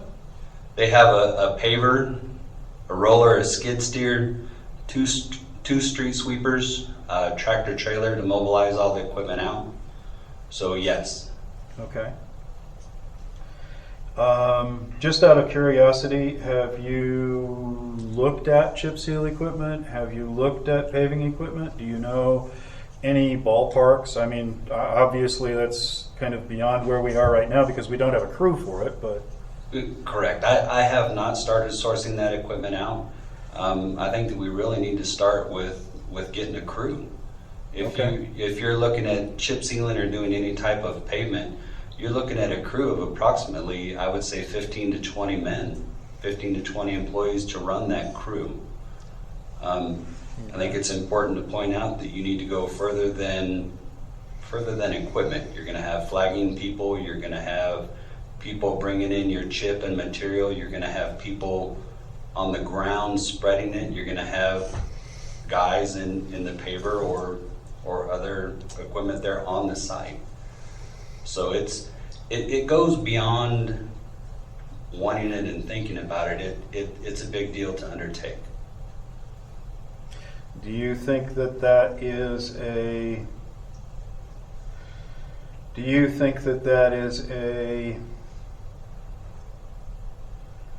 direction that the town of Edgewood should go? Or do you think it's more cost effective in the short run to contract? I think if we were to do it today, I would say that it would be far easier to contract it. I think it would come at a smaller cost. But I would certainly say that we don't need to take on any more roads at this point. We can't maintain what we have now. Okay, and even with a second crew for maintaining the dirt roads, we still have the other responsibility of our chip sealed and paved roads. So, I mean, I'm trying to figure out where we need to go here, because I mean we have a huge liability, to say the least. I would say that a good place to start would be with some equipment and manpower, and chip away at the needs, the top 10. And you know, the top 2 on those sounds to me like if we could do something about some of the high traffic dirt roads, that would alleviate some of the problem and free the crews up to do some other work. Or if we had 2 crews, that would free up a little more time, because you'd be able to attend to more area faster. Absolutely. Okay. Absolutely. We're stretched now that other areas of the town I'm not able to get to because of the main roads. If I had another crew, I'd be able to get to not only the arterial, but I would be able to venture off into the neighborhoods and start, like I say, start looking at culverts, start looking at street signs, striping, so forth and so on. And as it stands now, we're seemingly always behind. Okay. Please hang out and chime in if you have any comments further in the discussion. Mr. Torres has the reports from several of the other individuals, and then we will go to our Planning and Zoning Administrator, Tanya Mortensen, after we hear from the Police Department and the Maintenance Supervisors. Thank you, Mayor Pro Tem, Council. So I'll start kind of with what Chief Sanchez had left me. And so one of the issues, I think, with respect to the roads that they get complaints about is the speed limits. And part of the problem is, and let's just take Venus Road, that's Venus East, that's a great one. You park a white truck on Venus East, you can see it from a mile away. And so it's, when they're trying to run traffic operations, you're not really going to catch the speeder. You might get 1 or 2, but really that you don't get them. And speaking to Mr. Williams, you know, the thing that actually helped most with slowing down the roads was when the co-op was out there working on the power poles, and they had construction and people were forced to slow down. But with respect to traffic and enforcement, Chief Sanchez says, I mean, they're definitely working on it, but it's just hard. They're putting in for some grants for some new equipment, so instead of using the radar, they're looking to get a grant for laser equipment, which might help.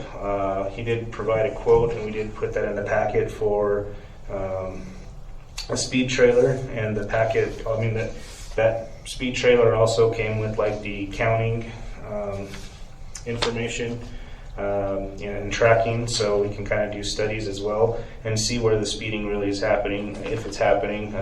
One of those ones like where the sign just turns off and it's not telling you your speed, but it's just logging it as they drive by. You know, he looked into what potentially what other communities have done. One of them, like he said, he's heard suggestions of speed humps. The problem with that is it increases, and with his opinion, it increases the response times for emergency services. Each hump can delay an emergency vehicle as much as 10 seconds. So that could potentially slow down, police and fire responding, to, whatever the call might be. Just a side note on that, and speed humps also, the problem with them, from my point of view, it increases tort claims. People hit those hard, damage their vehicle, and submit a tort claim to the town, then our insurance costs will go up over time. They've also been kind of talk about potentially putting up stop signs or something, and that doesn't seem to help. It's not an effective way to slow down speed.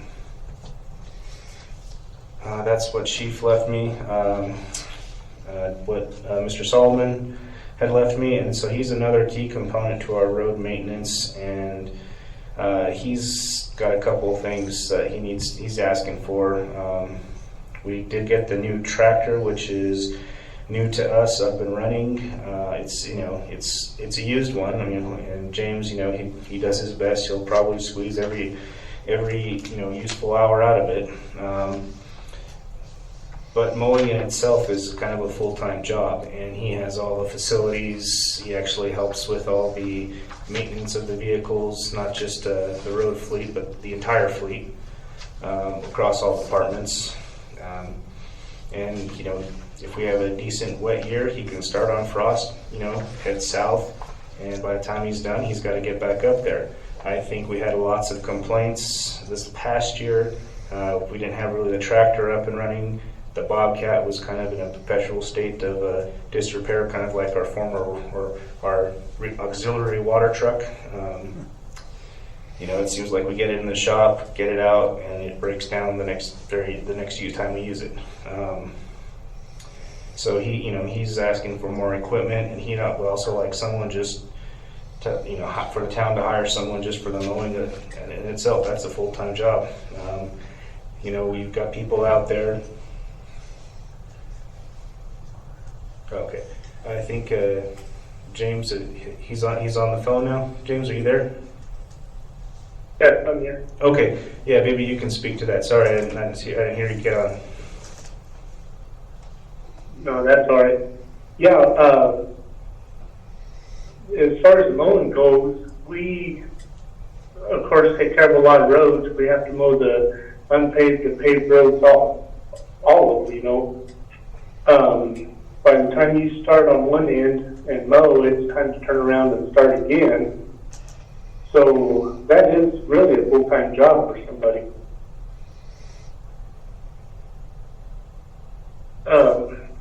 Also with the mowing, we do a lot of the herbicide spraying, which is also very time-consuming.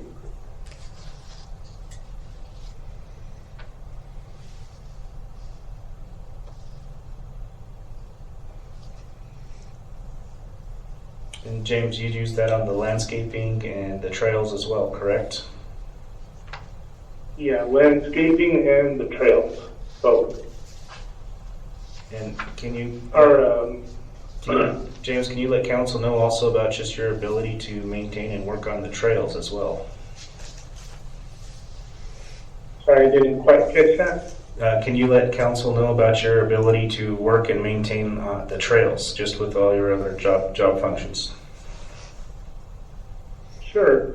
Well, in maintaining the trails, of course, we have weed control and erosion of material that we got to replace. The equipment that we have to do that now is very old, and I spend as much time working on it as I do with it. And we're always trying to increase our trails, but we need to kind of get some equipment to do the job with. Mr. Solomon, do you have any suggestions on equipment? What kind of equipment do we need? What do you need? Well, the equipment that we need is basically what we have, just newer. Okay. The batwing mower is real good for mowing the roads. It'll do 90% of Edgewood real good. There's a few spots that it won't work in. The little Bobcat is really handy on trails and landscape. It's just getting wore out.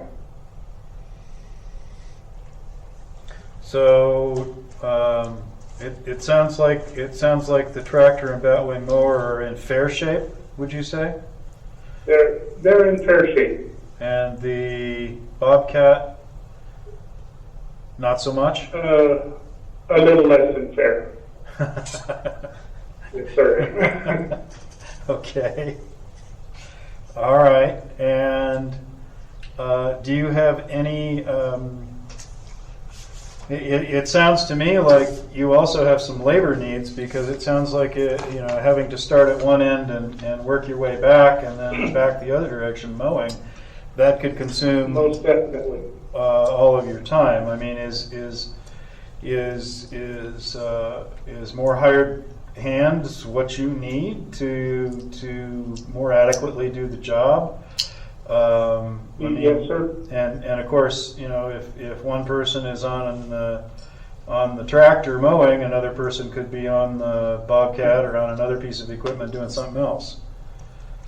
So I've kind of thought about maybe a permanent hire and then a couple of temporaries in the summer when the weeds and stuff are at their peak,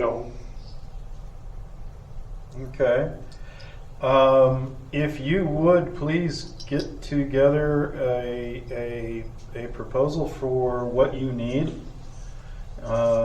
and please get it to me, and I will get that in front of this council, and we will see what we can do for you.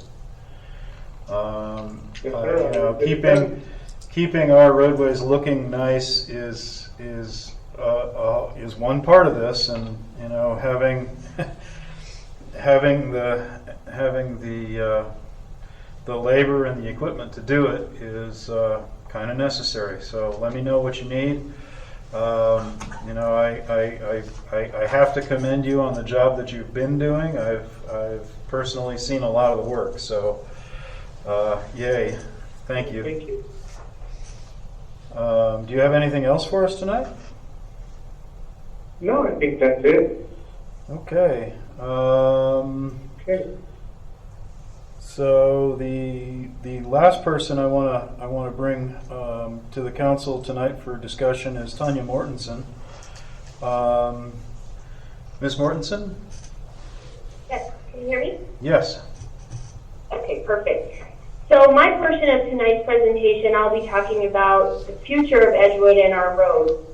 And our road design standards is an essential part of a planning process when considering subdivision, zoning, and all development plans. Sorry, my computer's going crazy. Solid road design standards create safer communities with safe roads, industry competitiveness and growth, livable communities, and environmental management. Back in 2012, Resolution 2012-01 was passed, which was a resolution for planning system priorities for improvement. In this resolution, it states that the Planning and Zoning Commission will continue the ongoing study of all roadways within the town. The governing body received the last road servicing priority recommendation in February of 2019. And if you recall, we identified 7 roads that needed attention. And we broke that down, all of these 7 roads, by either how many residents lived on them, if there was drainage issues, if it was a school bus route, or if it was a connector road. This resolution also stated that the Planning and Zoning Commission will also work with a civil engineer to develop specifications for roadways within the town, which may include pathways suitable for pedestrian, equestrian, and other non-motorized travel. Because this resolution has not been fully carried out, staff started the process of working with BHI to create a standalone ordinance for road design standards. The road design standards that are currently in our subdivision ordinance have been enough, have been strong enough to get us through many subdivision and land developments, but we do need to have better standards. As you can see, I put a portion of the subdivision ordinance inside your packet. And if you look at the geometric standards in the center design, that kind of grafting, we don't spur asphalt until we have over 59 lots. Keep in mind, when you think about windswept as I'm talking, we need something more solid that will ensure that we do not have subdivisions that end up with unsafe travel like we do have on windswept. And there's not even close to 59 homes there. We all need to work together when looking at roads in new subdivisions, master plan areas, and all land development to see what the purpose of the road is, the function of the road, the type of road, and the outcomes expected from each project. We need to also start looking at the town as a whole and strive for connectivity if we can.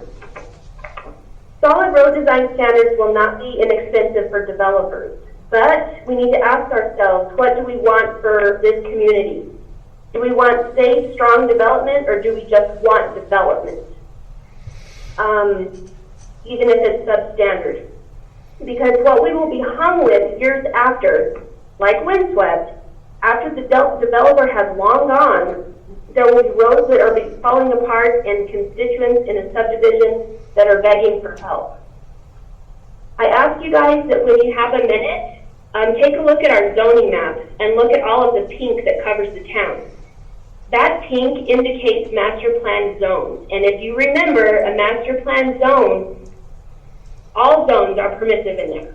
Okay, so that can be a large development. It's not just residential, it can be industrial, it can be commercial. As fast as property is being sold in New Mexico, it is a safe bet that more development will be coming to the town within the next few years. And it would be very wise to decide now what the town should require for new development.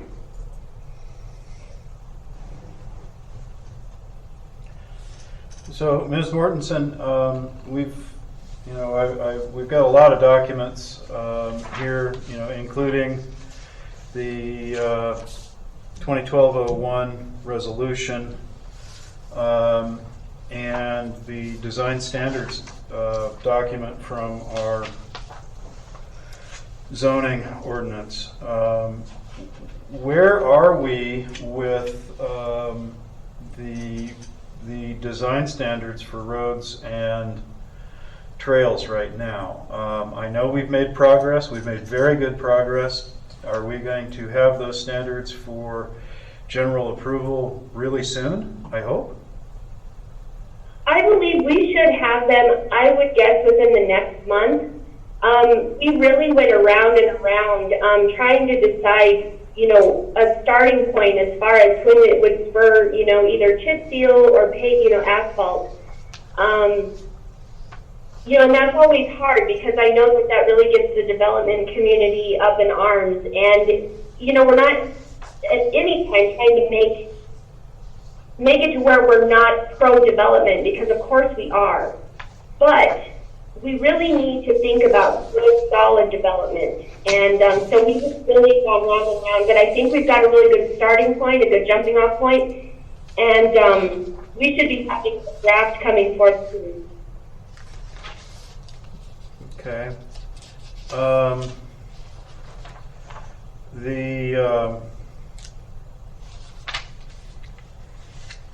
The Planning and Zoning Commission's priority recommendations from February of 2019, has there been any further work on a new update of this? I don't think we have attended to any of the issues that are on this list at all. I think it'll probably look the same. I believe that we will be going out soon. We couldn't go out in 2020 for the majority of it because of COVID. So hopefully we can all be maybe in separate vehicles going out. Okay. Well, then I look forward to seeing something along those lines. But I have a sneaking suspicion that this report is going to be copied, if you will, because my understanding and in conversations with with several people, the road crews and the clerk and others. Although we've had this, we really haven't been able to take any action on it as of yet. So where do you see that we need to go next besides, the priority planning? There was some discussion about fugitive dust. I don't know that there's any way that we can address that even reasonably with any kind of economy. Right. Chip seal is about the most economical thing for dust suppression. And I know to chip seal, 55 miles of road is going to be quite expensive. So I don't think we're going there anytime real soon. Do you have any suggestions, directions, ideas that we might look into for, how we might help in some circumstances? I know the community member who's been complaining about dust is not the only one. I have personally experienced the morning London fog in my own area of town. There's a gray-brown mist that hovers in the valley down the hill from my house on a regular daily basis, even though there are paved roads. So I know that this is an issue not just in one part of town or on one road, but all of our dirt roads. We do live in a High Plains desert. We do have a problem with a drought right now, and I don't know if you've heard of any answers in your conversations with people, but anything would be acceptable. Any kind of suggestions? Yeah, it's kind of hard because, when we did the comprehensive land use plan, it was the majority of the people wanted to keep Edgewood rural. Dirt roads are, rural. So it's hard, and, you're right. I don't know how you tame the dust down unless you do, put a hard surface on it. And then, here we are again back at, high speed, because what does movement do? It makes everybody go faster. It's a rough situation. I have heard of stuff that you can spray down, but I think that's opening up a different can of worms. But I think Chuck can probably speak to dust suppression better than I can. But I do think that as the governing body, you really need to look at when you want. When a new subdivision is coming in, how many lots do you guys want it to where it sparks chip seal or pavement? I think that's going to be like the bigger question when the road design standards come forward. Okay. Do you have any immediate needs or concerns with regard to roads right now? No, I do not. I really would like us to really be able to, when the funding is available, I really would like some of these roads, the 7 roads that we identified, something to be done for the needs out there. Because, there's some roads out there that can be upgraded. It's very little money. So I think we really need to take a look at that, and hopefully, next couple of years. Okay. Mr. Williams, do you have anything to add to our discussion from what you've heard so far? Or? Not so far. As far as dust suppression goes, very costly. It's something I would caution on. I think once you start going down that road, it's very costly. Okay.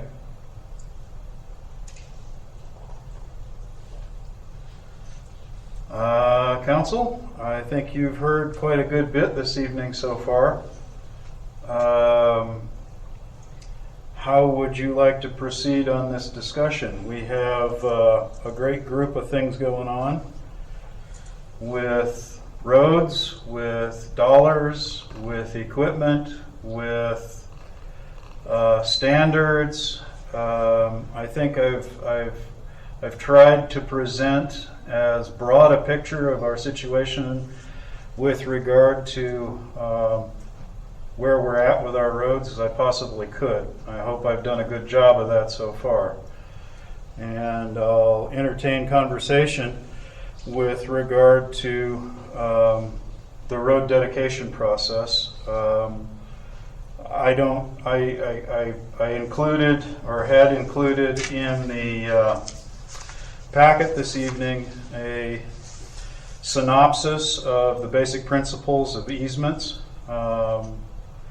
And in there are some very interesting things with regard to how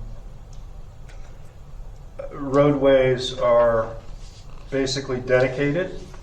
And I had a several page document on the road adoption process with the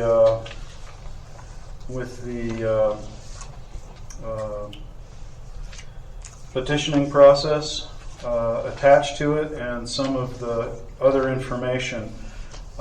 We can discuss this, or if the information is enough to suffice and we don't have to discuss this, we could move on, and I'll leave that to the council. I believe Councilor Jaramillo, you were the one who was requesting this information, and if this is adequate and serves the needs, we can move on. If not, we can discuss. Mayor Pro Tem, thank you. And I think this discussion first started at our budget meeting last summer, and recognizing, although of course all the previous years, I know that there's been a lot of attention and work and studies and things that are going to contribute to our considerations here. But really just hearing from the community that roads is their priority, kind of pushed me in the budget to say, let's have a focus on this. And so I know that that's something that we all see as important to the residents. I think I'm very happy to hear from our leaders and their opinions and their information. And of course, the bond capacity presentation I had requested, I think is helpful. Does not mean we are going to run out and get another geo bond or something, but at least we have the facts, right? And we have the information, and that's the important thing for our consideration as leaders for the community, and to have that vision. So I agree with what Ms. Mortensen said as far as the rural environment. That is something that we hear quite a bit. We also hear that we want planned growth too, and that's another point that she brought up from, I think it was section 9, the design standards. And so my understanding, Ms. Mortensen, is that this, as it is right now, you're seeing is not entirely complete. Like you're working on presenting something to us for design standards in addition to what we have tonight, right? Yes. What I really wanted to do is have a complete standalone road design ordinance. I think that that's better. I think you get more information in there. I think road design standards right now are hidden in our subdivision ordinance, and I would like to just have it to be a standalone. So that's what will be brought forward to you. And your timeline on that? I have a really good jumping off point, and I'm thinking that it's going to take about a month from now. Okay, I'm just curious about that part. I did hear something concerning that we are using herbicide, and I wanted to know, is that Roundup? what is it that we're using on the sides of the road? I think James mentioned that.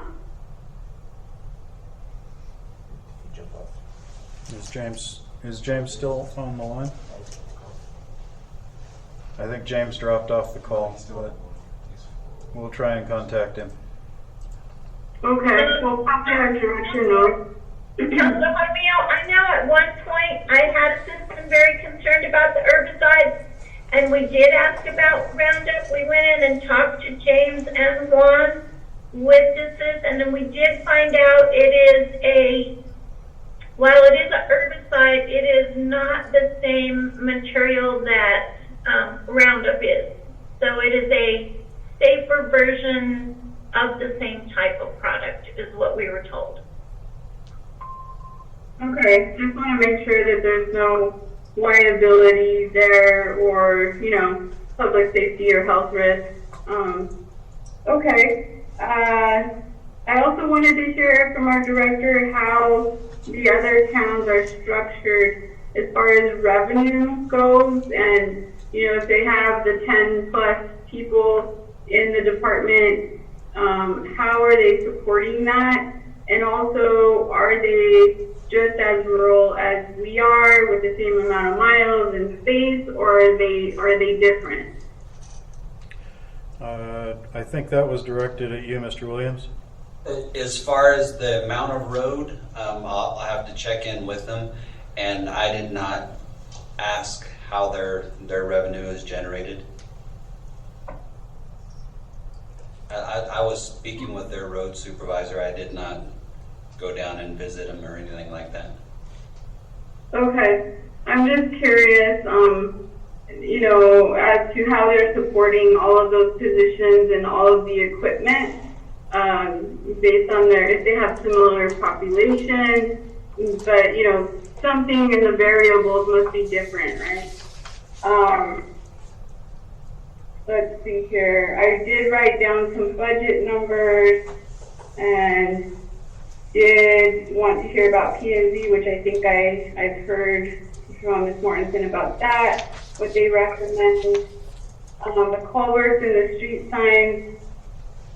Since our last presentation by you, Mr. Williams, I have been asking about, cash balance that we could use to support you in some way, whether it's equipment, signs, culverts, those types of things. I think I am 100% behind.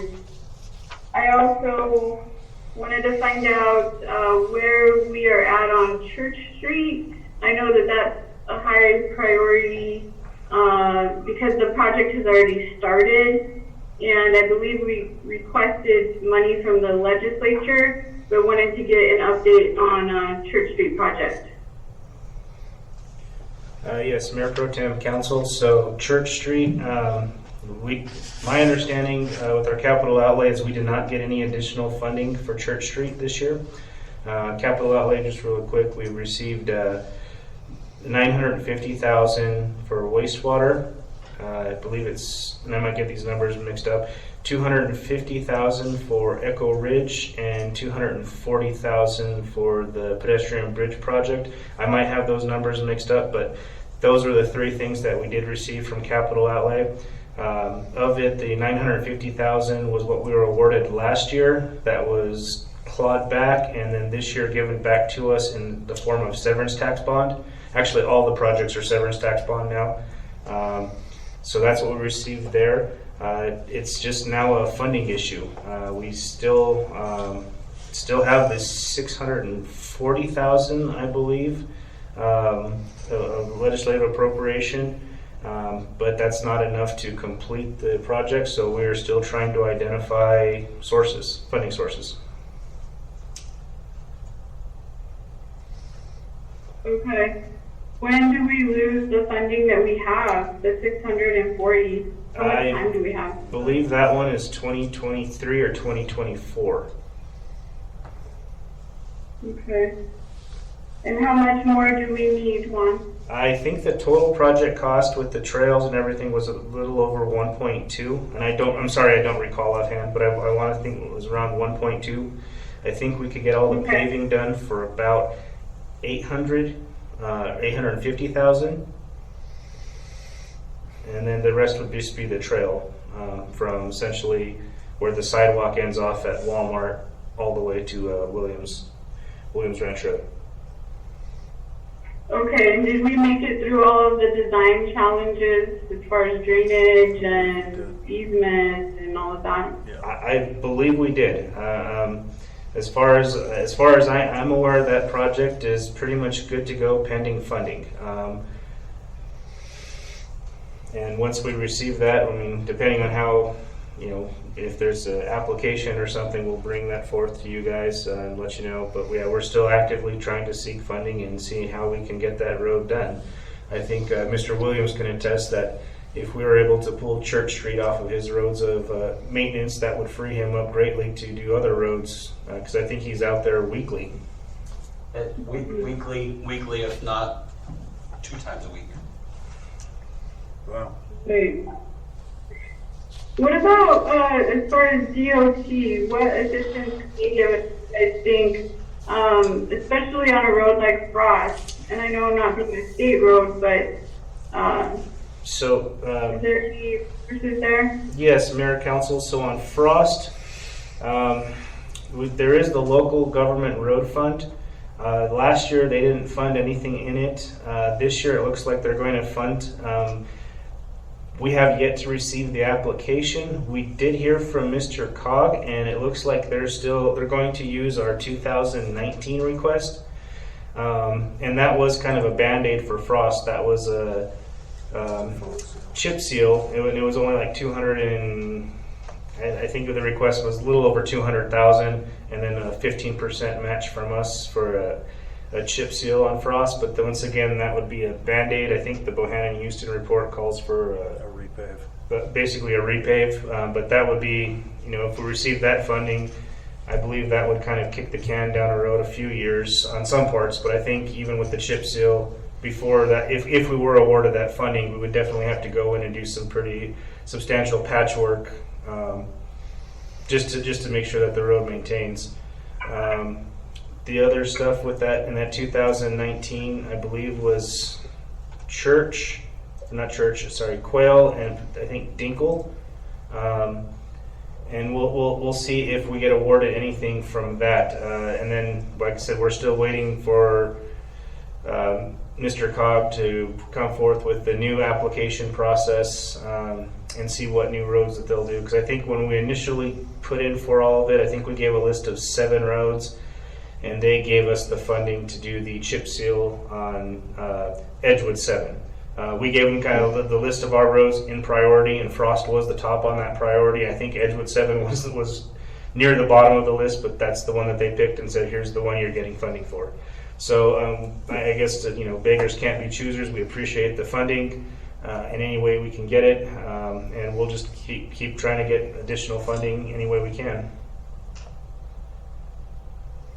Thank you, that's helpful. As far as the road adoption process, the handout here, I'm just not familiar with the history on this, so is this something in ordinance, or where did the petition come from? I'm just wondering where this process came from.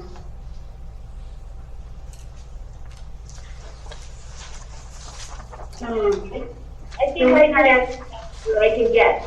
As far as I know, that's just a process that has already been done.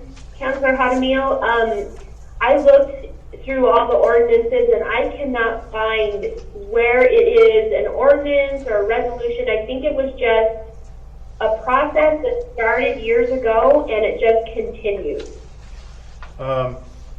Councilors, if I may, a lot of that process is actually in NMSA 1978. A whole lot of the private easements and designations and how things are supposed to be moved through a board procedure for acceptance into the public is ensconced in state law. And the road adoption process document that you have is a synopsis of the other document that I included, which is the easement and adoption annotations, if you will. If you read the annotations, you'll come to a section called Express Dedication. And in that, you will see it is very clearly defined that it is a two-step process. It is an offer by the landowner and an acceptance by the body. And that is part of NMSA 1978.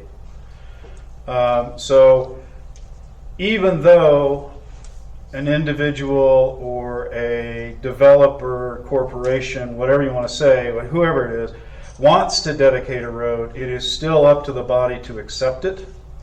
And then if you further read through express dedication, there are some other hints and suggestions written into the law and into some of the decisions that have been made regarding the statute on how the statute is interpreted. I'd suggest you read through the whole thing because it's very comprehensive.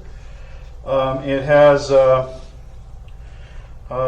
some very direct language that basically says that a landowner cannot, by dedicating property in a plat, impose upon any local government the burden of opening, improving, caring for, or otherwise accepting a road. So you can put it on a plat, you can say it's dedicated, but until there's actually action taken by either the municipal or the county government, it can be written on a plat, but it doesn't hold any water.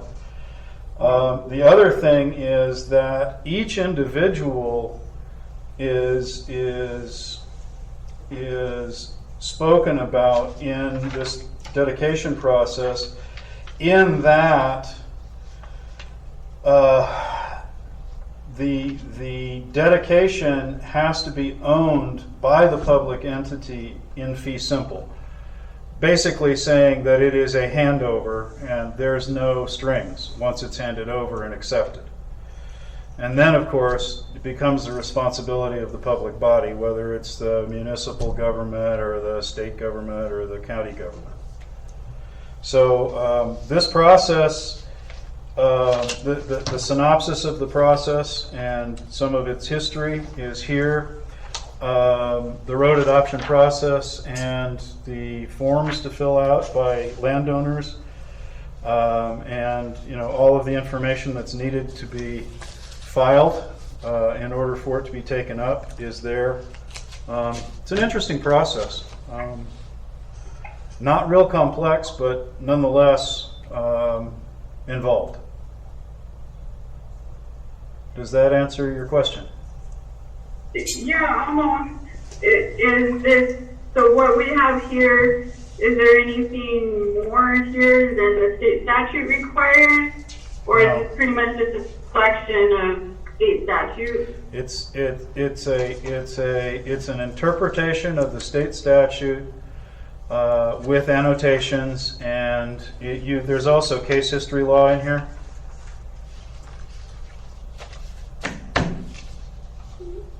Where is that part? It is in the document entitled Easements in New Mexico, Basic Principles. Okay.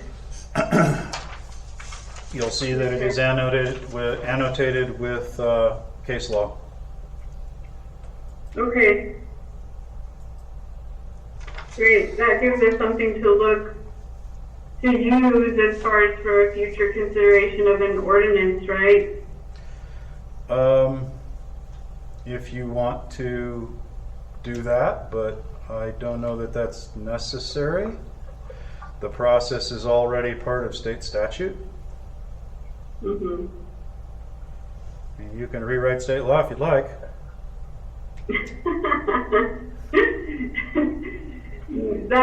Well, obviously that's not the point. What I meant was we may want to tailor something for Edgewood or clarify or create our own forms or. I think this little booklet here with, you know, what, 4 pages is pretty straightforward, and the 1-page explanation is real straightforward.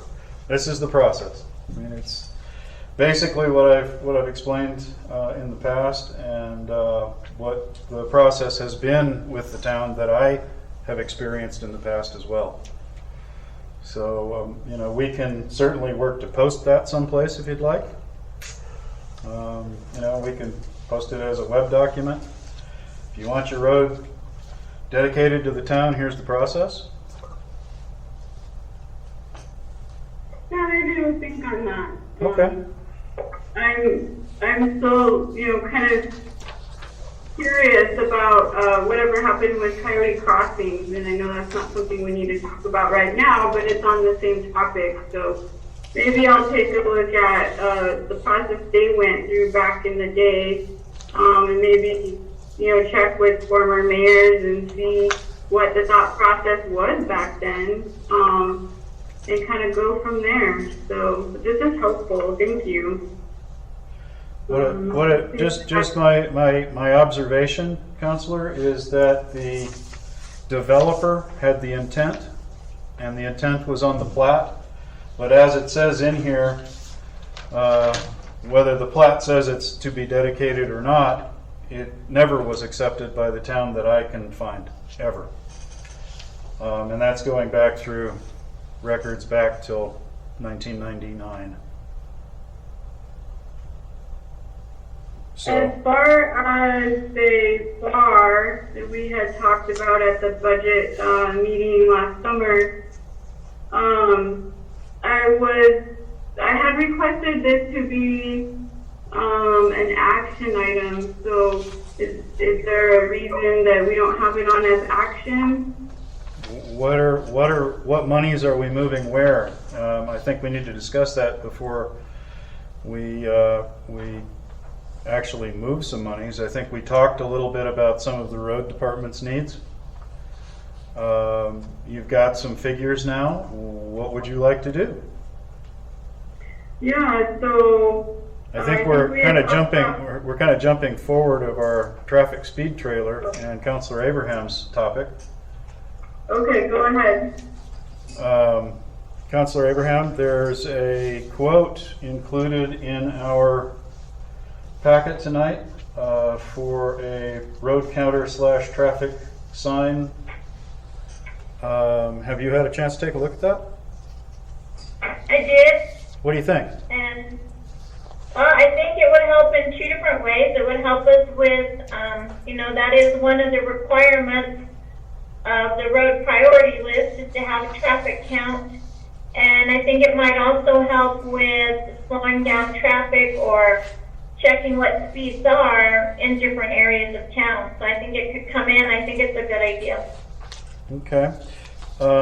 I asked, a while back to see what we could do to fix the one we have, and it's basically a lost cause. So if there's agreement that we need this, which I believe there is, I don't hear any disagreement. I'd like to ask that the clerk move forward with acquiring this. Since you all have the document now, you know what we're looking at, you know the cost. I think we need to get this here with all speed. If we need to do a budget adjustment request, I will have that brought forward. Is there any disagreement on this? I mean, this is it's a small enough amount that we don't have to really go out for multiple bids. We've done a lot of research.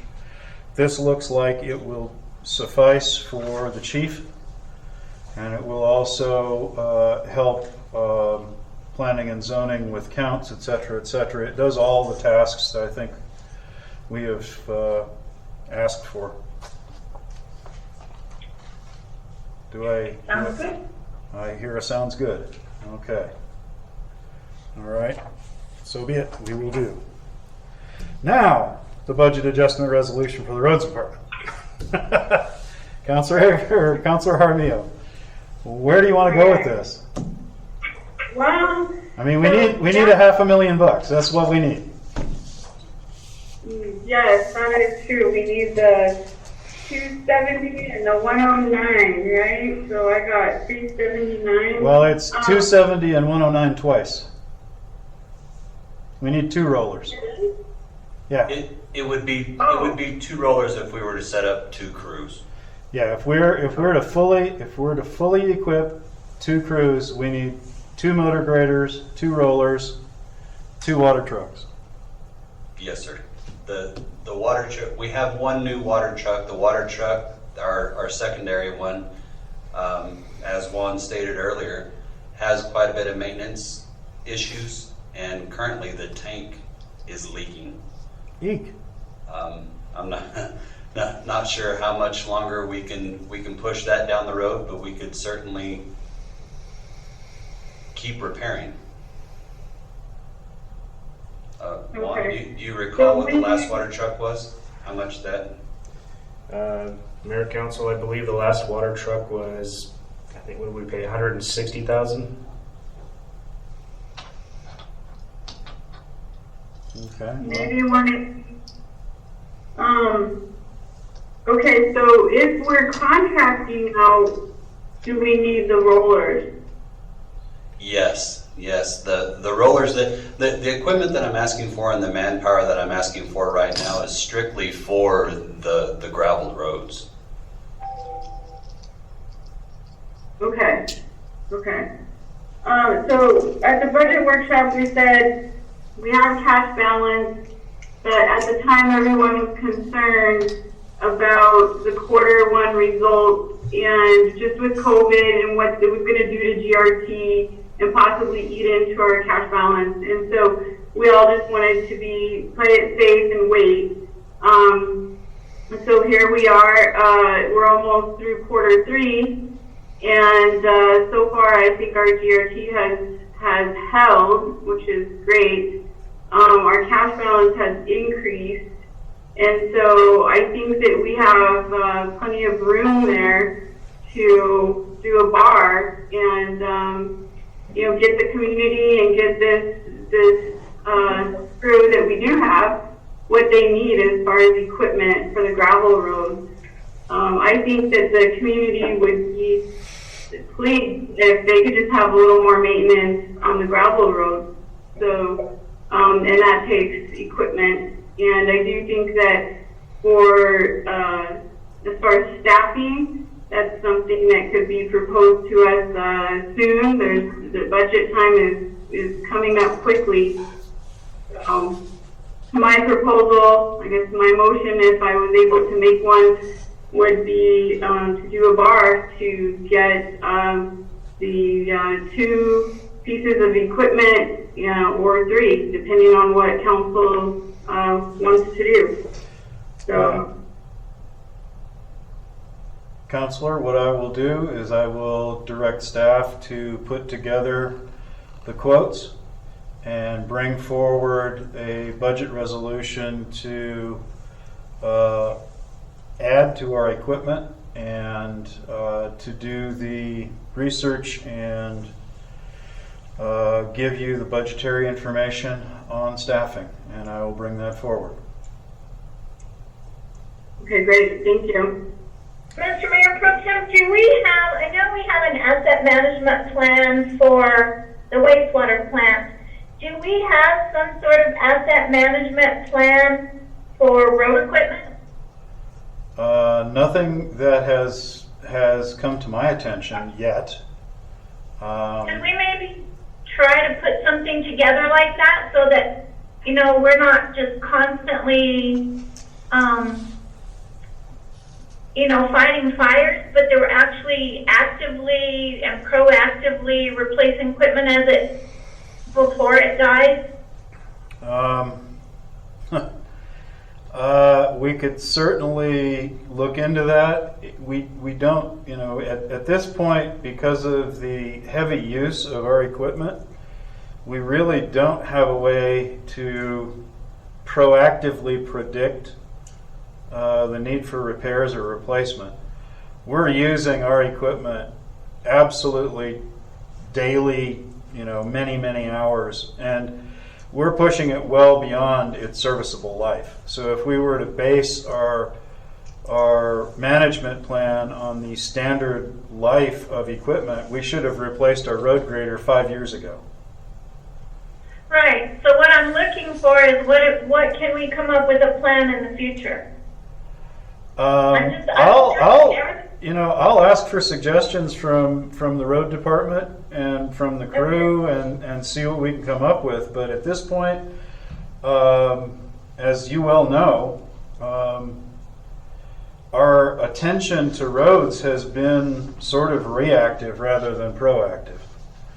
And unfortunately, over the last 20 some odd years, that has been the practice of the town. I don't know what it's going to take to get us into a proactive mode. I know that if we get a budget resolution and a second crew and equipment, that will get us a long ways there. But again, we're going to be pushing this equipment well beyond its recommended standards. So, I mean, if I were to say something like we need $1 million every other year for replacement of equipment, I might be right and I might be wrong. I don't know. We can certainly go with the industry standards on the equipment that we have, and you will be impressed at how well our crews have been able to maintain this equipment well past its useful life. I commend them for the Band-Aids and baling wire. I mean, that's where we're at. Some of the equipment that we have discarded over the years has been so well used. I think it was sold for scrap, not for reuse in any way, shape, or form. So we do well to stretch the useful lives of any piece of equipment that we have. But I'll ask. No harm in asking.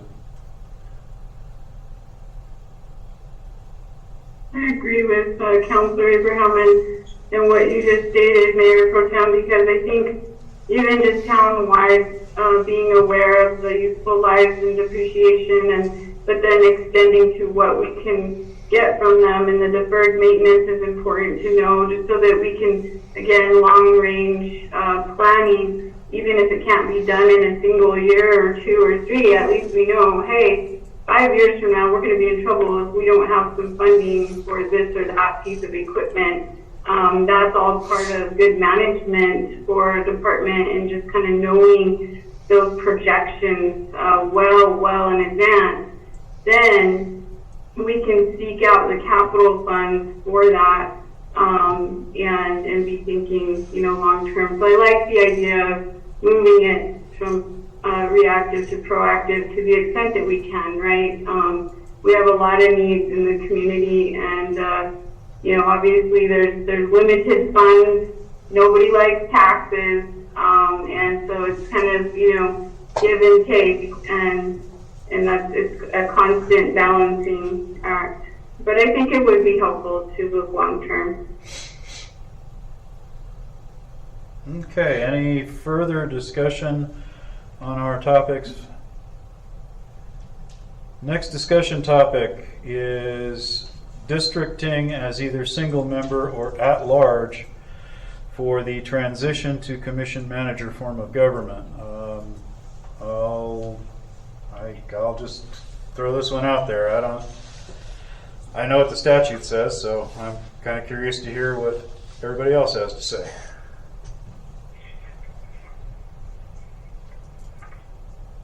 Okay, I had asked for this as well because I had seen on research and polling contract or agreement that they had stated on their single member districts. And in all actuality, while we do have to district, we do have to have the 5 districts, you can leave it as it has been in voting at large, where the public can vote for the commissioners at large, because we're less than 10,000 population. I think that's really the default position. Or we could vote and change that to be single member districts. But in that case,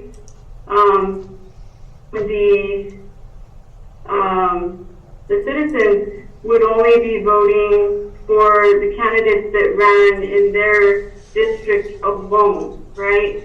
And that's very different than what's been done in the past.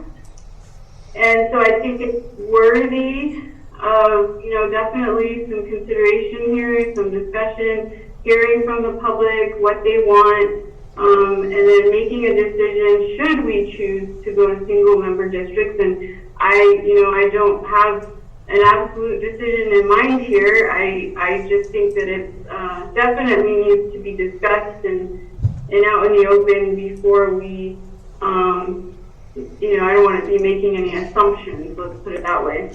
So.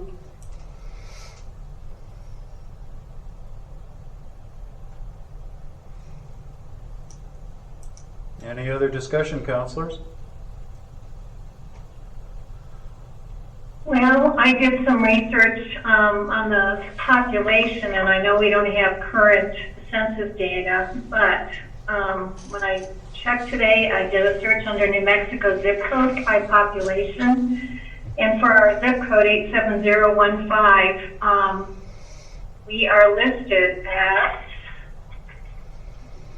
13,399, and this is U.S. Census data for 2019. So, I think we're right at that threshold at 10,000. So what I was thinking was it kind of makes sense to think about the single member district, and if we have to district twice this year and next year, I think maybe it would allow for more continuity, for getting people from the district in which they live to serve as commissioners. So that's my thought off the top of my head. On that,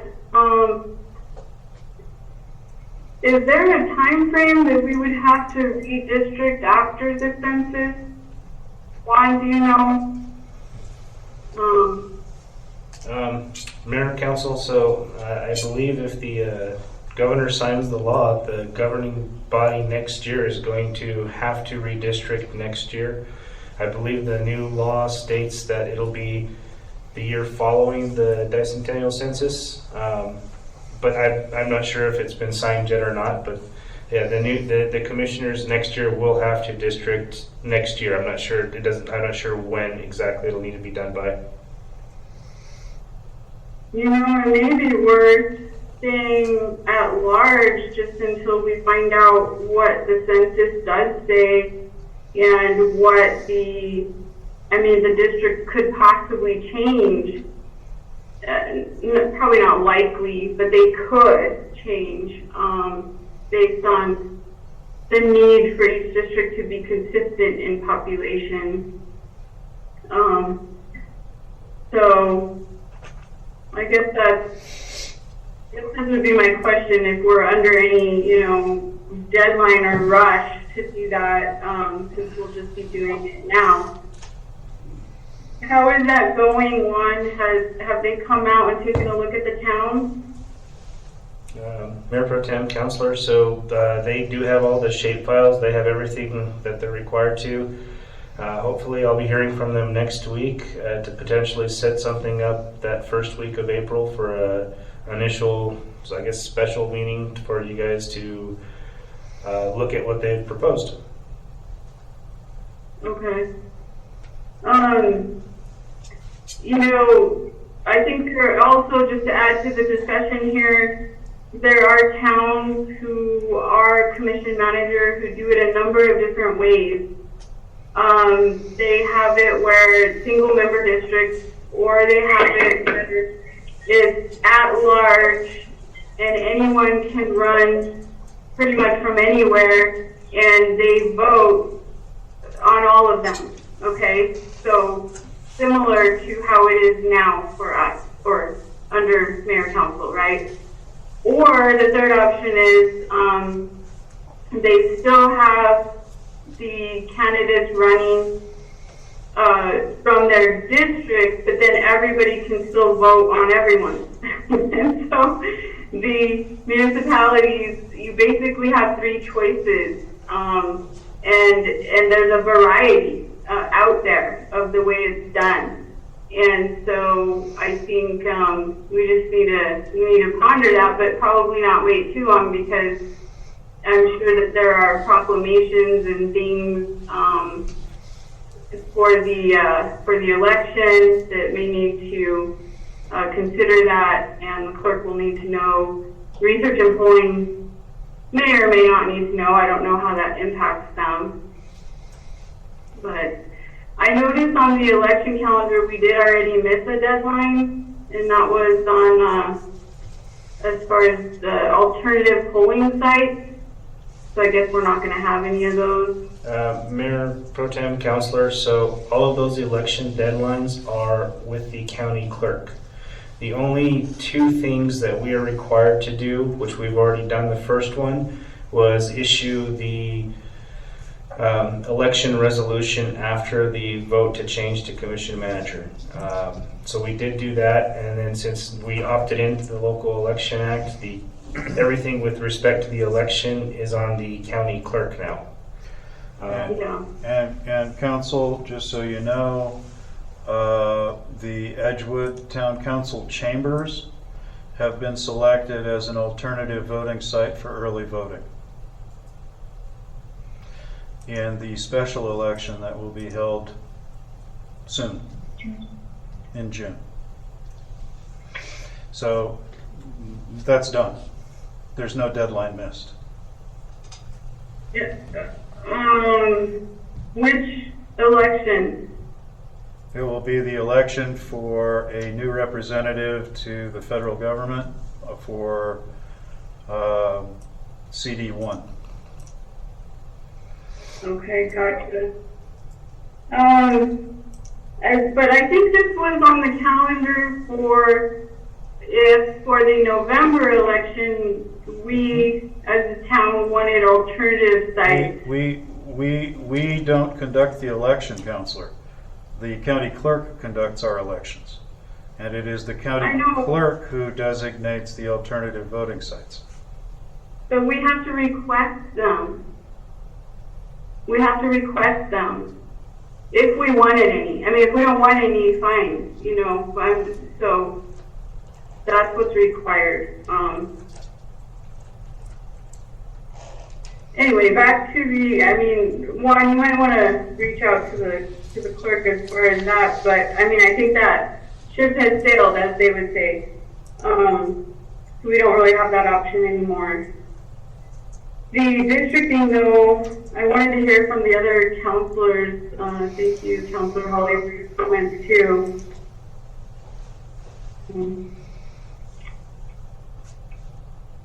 But it's my recommendation that we definitely have this as an action item. And I was wondering why you didn't have it on as an action item like I requested. Counselor, I don't have anything to act on. I mean, you know, as far as I can tell, the state statute's pretty straight up. The option for not having members of a district vote for their representative is pretty much only in the mayor-council form of government for municipalities under 10,000. The statute says nothing with regard to that 10,000, whatever you want to call it, limit, in the paragraphs in statute that talk about the manager commission form of government. What it does say is to run a manager commission form of government, you shall district to single member districts. That's what it says. Plain language. So I don't think we have a discussion, but I'm certainly willing to entertain it. Now, there are municipalities who have gone on previous interpretations of the municipal code and the state statutes. There are also municipalities that run home rule who have their own rules. We are not a home rule community. We could certainly become one. I mean, that would be something that the public could ask us to do. But we are not currently a home rule, so we are bound by state statute. And that's my opinion. The other is the personal opinion, and the personal opinion is I want the ability to vote for my representative to the board. I want people from my part of the town, from my representative part of the town, from my district, to vote for my representative. I want that person invested in my district and in my welfare and my area's well-being. And I think it would be disingenuous to have somebody from across town vote for my representative. But hey, that's just me.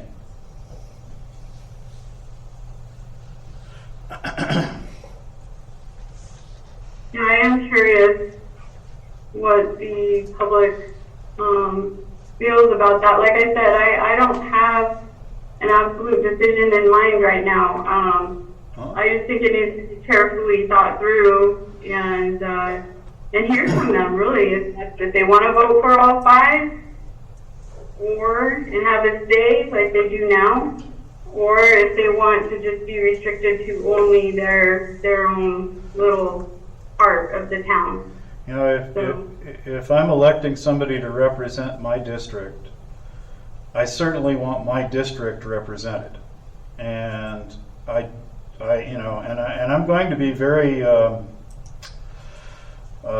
selfish about that. I mean, I think that people in the district that I live in need to voice their representative and know who to go talk to, and not vote for somebody across town. I mean, that's kind of the way that's the way representative democracy kind of works. The last I checked, I don't vote for somebody in California to represent me in Congress. I sure as hell don't want to, but I definitely want to vote for who's going to represent me in my district in the state legislature and me in my district in the federal government, and I want that in my local government too. I mean, that's the way this works. If you want to do a mayor council and we're under 10,000, we can do that, and everybody votes for all the different representatives, and you shuffle years like we have been for the last 20, that's fine too. But if we're going to district, I want to make sure that I know who to go to and say, hey, I need my road fixed, or hey, the stop sign's down at the corner. I mean, that's how that works. I want my representative to represent me and my space and my area and my district. And I think that's the way this should work, and I believe that's the way it's written to work. But What I'm hearing from you, sorry, go ahead. But that's, that, like I said, that's me, that's my read. There's other opinions out there. I wouldn't be adverse to soliciting an opinion from the Attorney General's office on the law. I mean, we could do that. See what the Attorney General has to say about it. I mean, he's the top law dog in the state. At least he could tell us. Mm-hmm. Well, a couple of things. So what I heard you say is that you don't like the one option of anyone can run from anywhere and everybody gets to vote for everybody like how we have now. But there's still two. Not if we're districting. Right. If we were a single municipality, no districts, sure, that's the way we are right now, today. Right. But You know, come November, whatever the date is, 6th, 3rd, whatever it is, 2nd, that's going to change.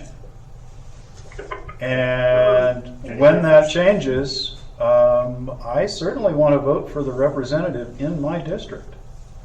And I want to know who that is. You're not an at-large anything. If we're districting, I want somebody I can go to.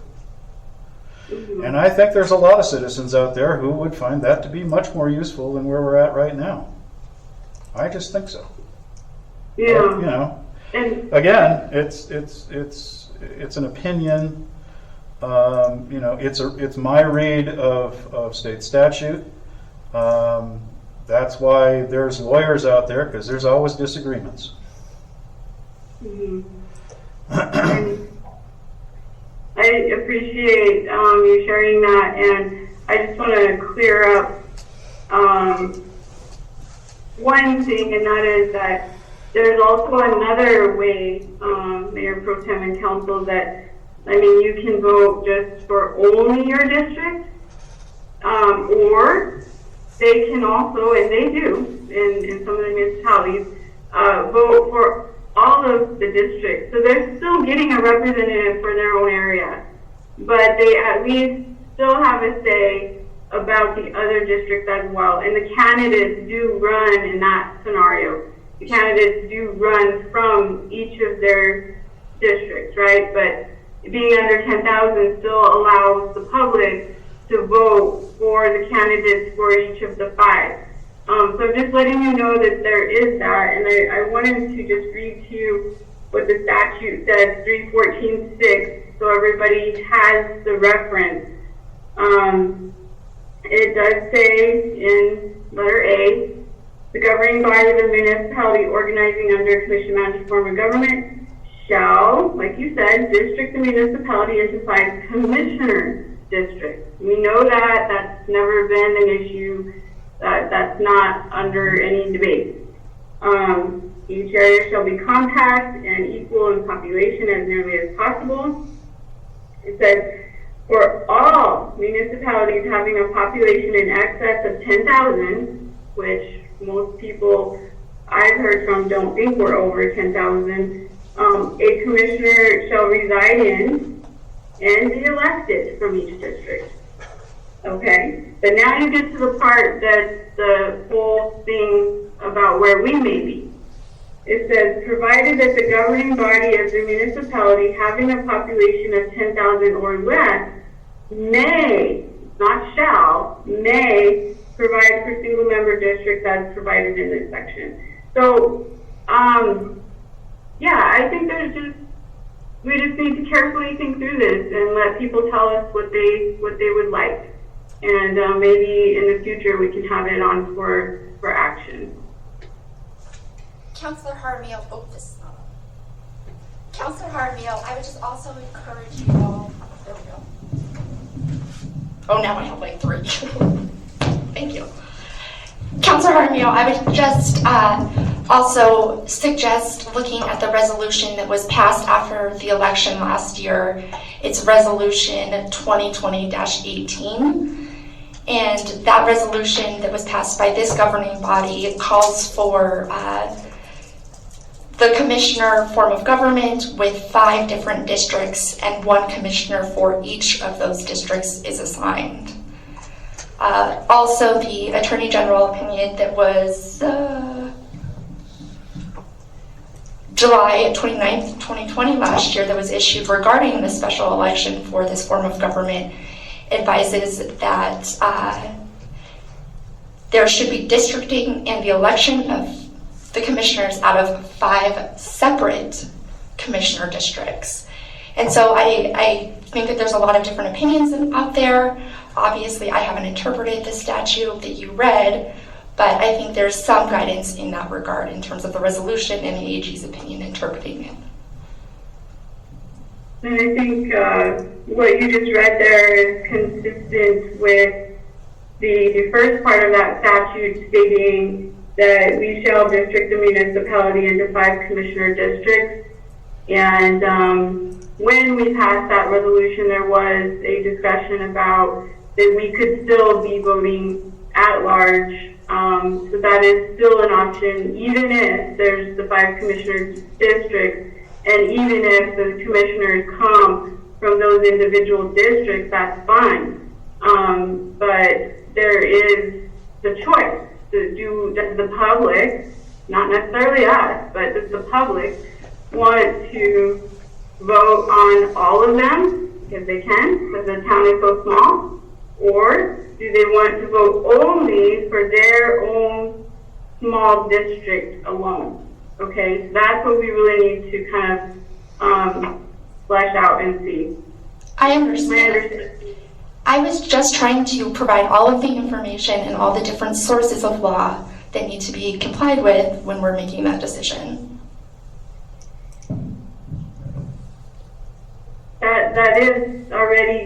That is consistent with law.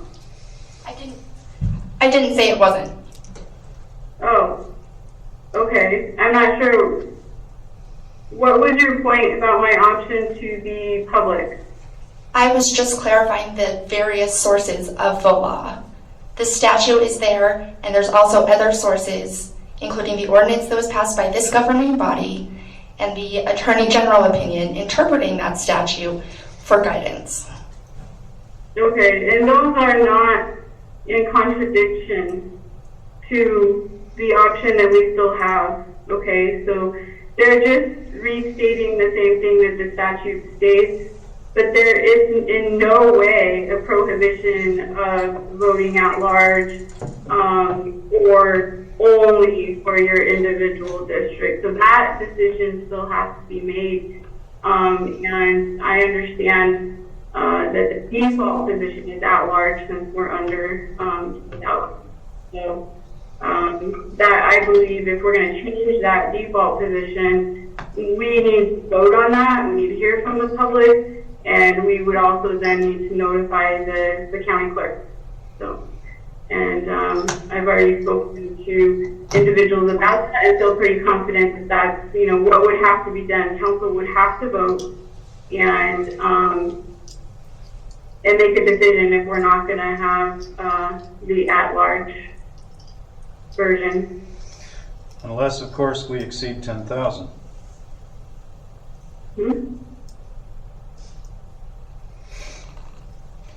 Yep. Which at the 2020 census is possible. I mean, if 87015 has over 13,000 people in it, it's possible. Depends on where they live. But anyway, good discussion. I think it's going to take some more pondering, and I'm sure we will hear from folks in the public with regard to this as well. And I may take the leave of asking our Attorney General to expound a little more on the issue and see what he says.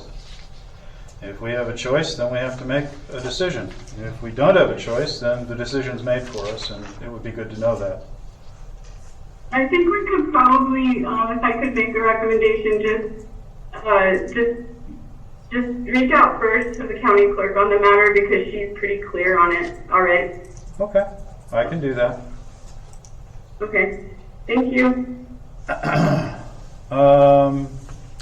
The next is discussion regarding advertising for Parks and Recreation Department Supervisor.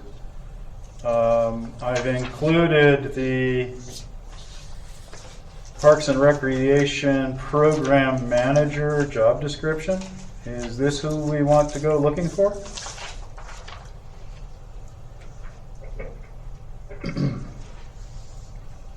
It was the last position that we approved, wasn't it? Or have we updated it since then? I believe it is the last job description, position, class, code that we have approved. I don't think it's changed. I certainly haven't any memory of changing it recently. Okay. Then this is what we've hired in the past, then yeah, I'm assuming this is what we want to hire in the future. Unless anybody else has changes.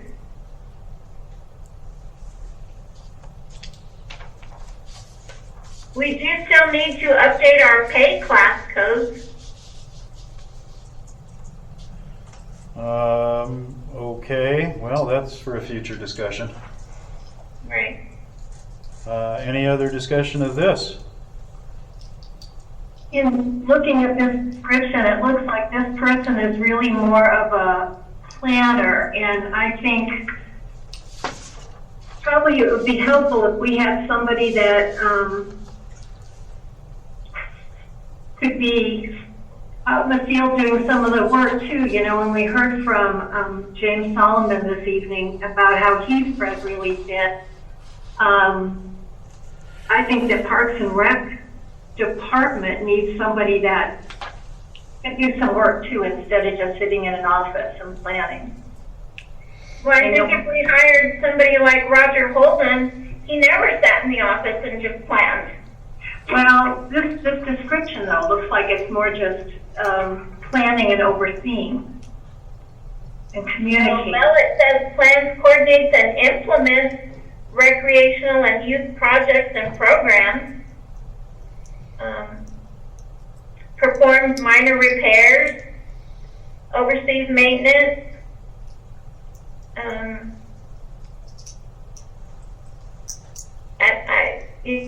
I look at what we had in the past, and of course, we have the example of Roger Holden and the last lady that we had. But Roger,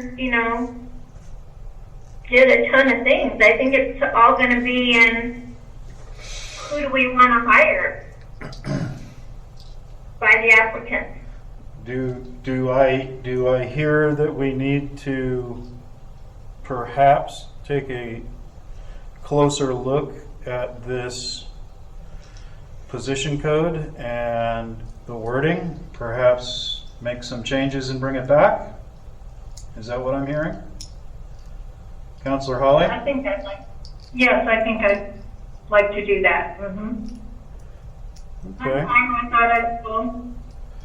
All right. Why don't we agree just generally that we will take a look at position class code 1004 and that Councillor Hawley, that you can bring us back some edits and changes for review.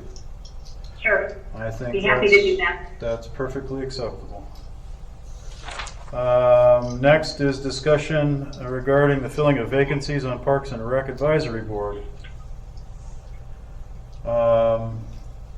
Councilors, discussion?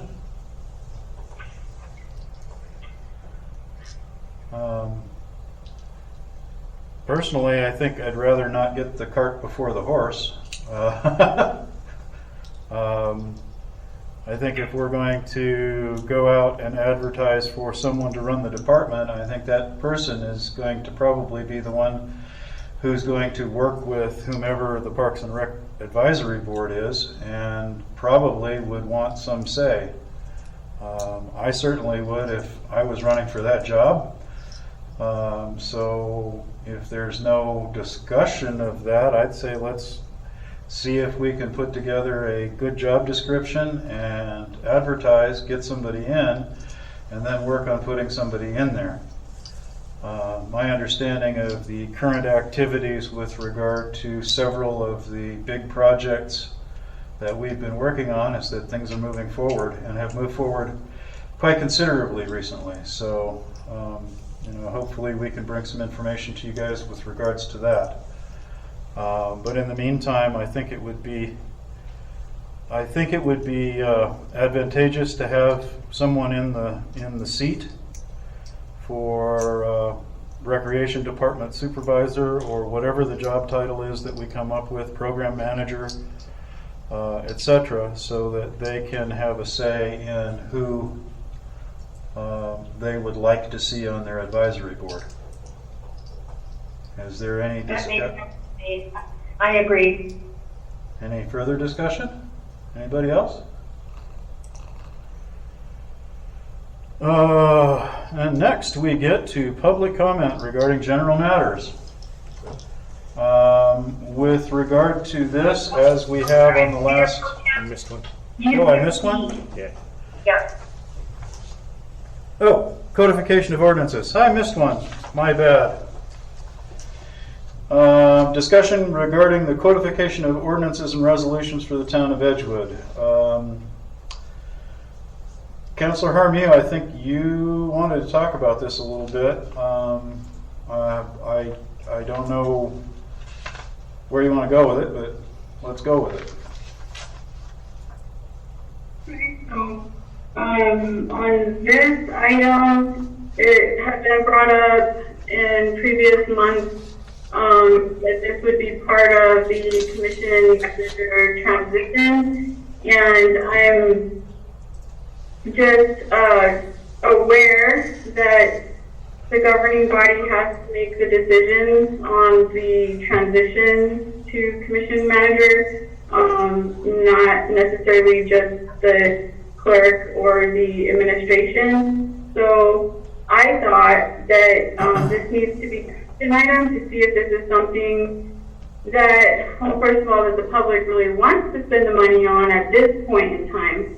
And then if we wanted to vote to spend that money and allocate budget for that or not.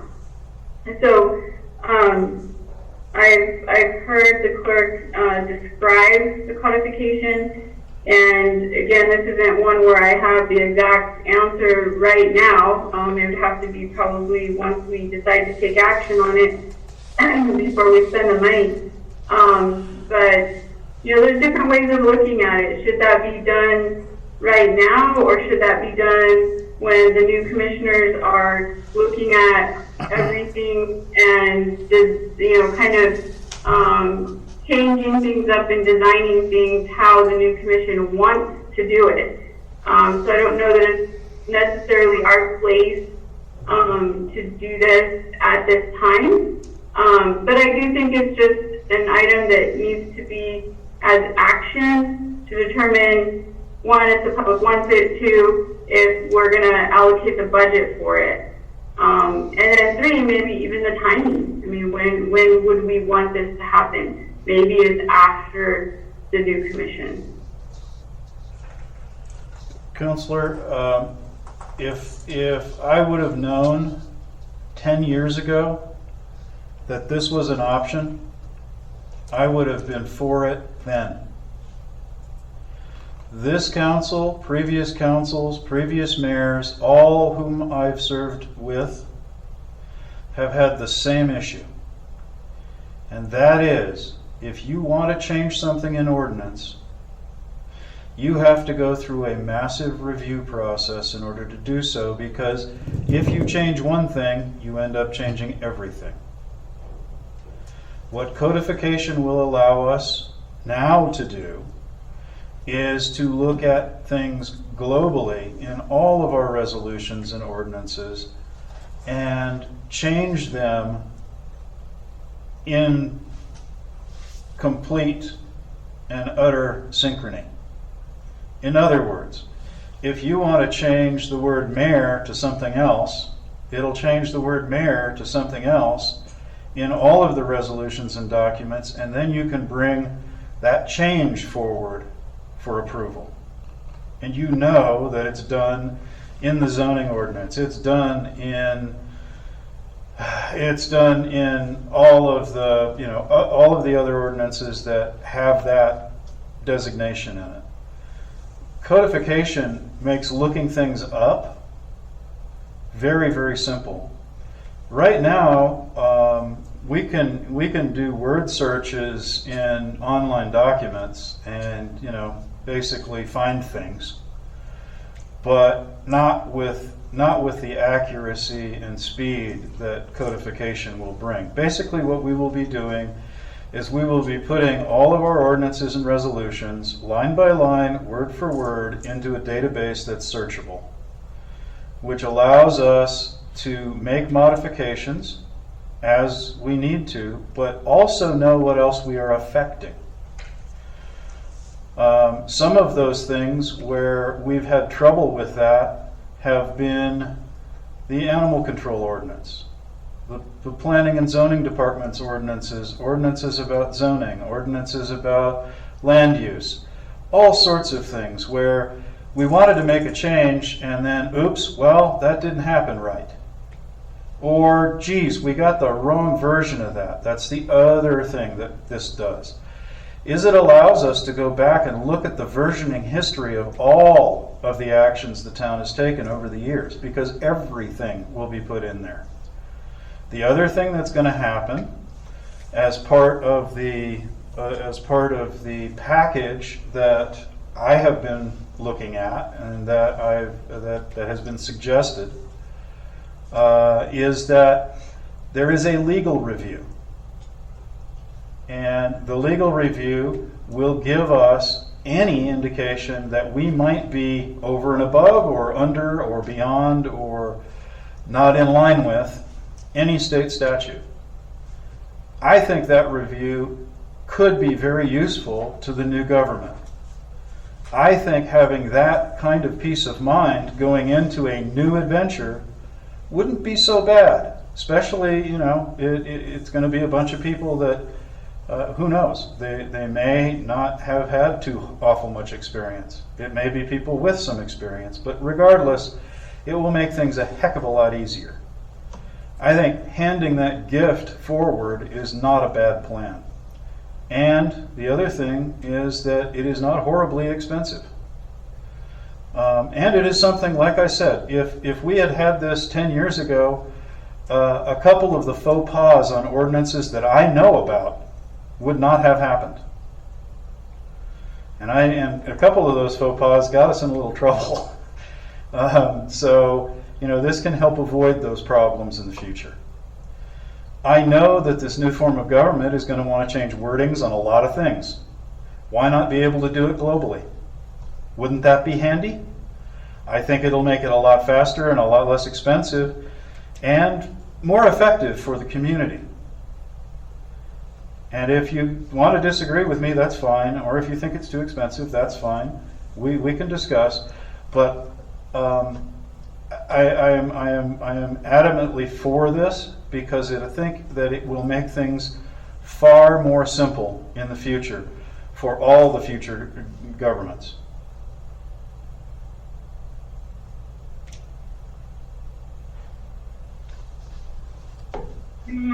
Counselor? Any thoughts? I think that there are valid points on each side, and your argument is compelling. I just would like to see it as an action item, since we're tasked with making these decisions for commission manager transition on the next agenda for action, so that we can allocate that budget for this purpose. And then, move forward with contracts if that's what council decides to do. So that's what I'm asking for, is an action item on the next agenda. Well, I asked for it this one, but I'll ask for it again. Okay, any further discussion? Hearing none, now we move forward with public comment on general matters.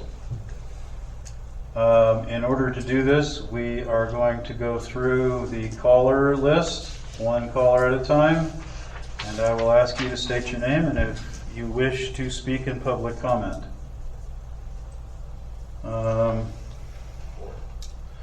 First caller is caller number 4. You are unmuted. Hello? Caller 4? I don't hear anyone at caller 4. Caller 6 would be the next caller. Caller 6, you're unmuted.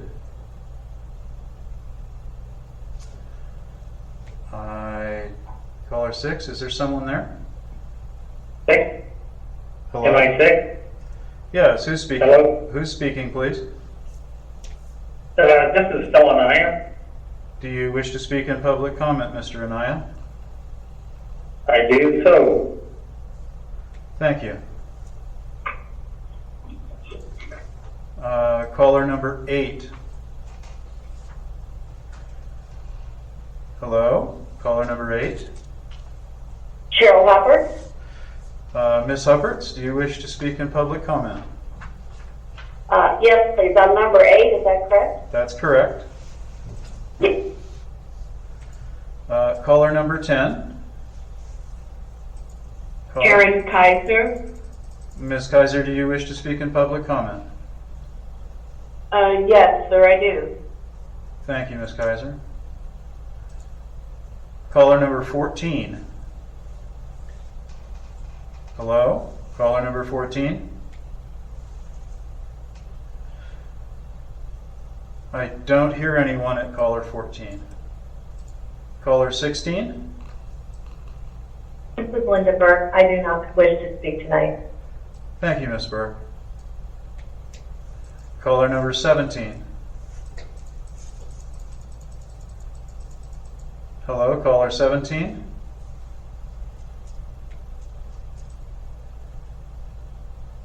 I don't hear anyone at caller 17. Caller number 18. Hello? Caller 18? I hear no one at caller 18. Caller 20. Hello? Hello, caller 28. Can you hear me? Yes. Hello? Who are we speaking with? This is Ray Siggers. Mr. Seegers, do you wish to speak in public comment? I wish to speak, but I think I'll have Jerry Powers speak on my behalf so we won't be redundant and cover the same subjects. Okay? Thank you, Mr. Seegers. Caller 31. This is Martha Eden. I'm caller 31, and I would like to give my minutes to Gary Powers. This Okay. meeting. Thank you, Ms. Eden. Caller number 32. This is Jerry Powers. Mr. Powers, you wish to speak in public comment? I do. Thank you, Mr. Powers. Caller number 33. Hello. Hello? Caller number 33, who are we speaking with? This is Donna Goodhue. Okay, Ms. Goodhue, do you wish to speak in public comment? I do. Thank you, Ms. Goodhue. Did we miss anyone?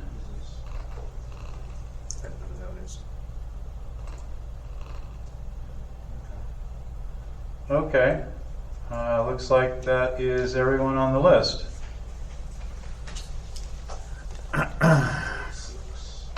All right. We start out with caller number 6, Mr. Phil Anaya.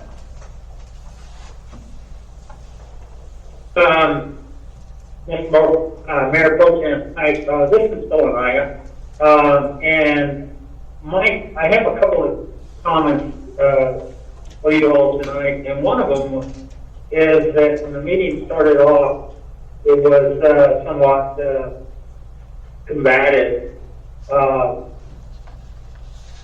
and as you guys continue to go on with the meeting, I noticed that you guys had finally started talking and trying to find something common, which made me feel somewhat good.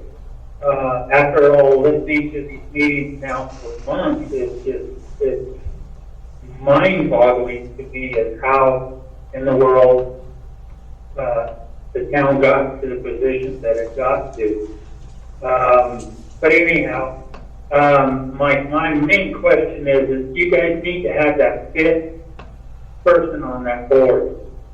If it has to be done through a special election, which could be maybe done in June, I don't know. But we've got to do this. We've got to clarify something mutual between the two sides. And as you know, Mr. Mayor Pro Tem, that I submitted my, I was going to say resignation, but no, it was that I wanted to be appointed as a member of the council. As you know, that I do have many years of experience doing what you guys do right now as a board member for 14 years, and also working for Santa Fe County Planning and Zoning. You know, I have a lot of experience, and I had my name put in there for the last meeting, and it wasn't brought up. So my question to you, Mr. Mayor, is what is it that you want us to do? What do you want us to do to help you guys get this thing going? Mr. Anaya, Mr. Anaya, your 2 minutes has expired. Okay, that's fine. Thank you. Next, we have caller number 8, Cheryl Hupperts.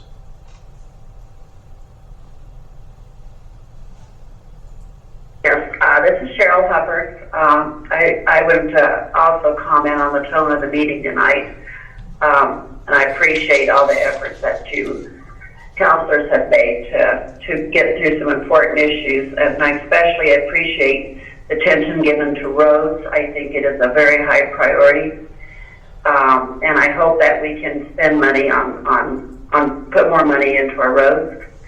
Secondly, on the hiring of people, I think it's listening to James speak tonight, and you know, in past meetings, I forget the guy that runs the sewer plant, but Mr. Hall, I believe.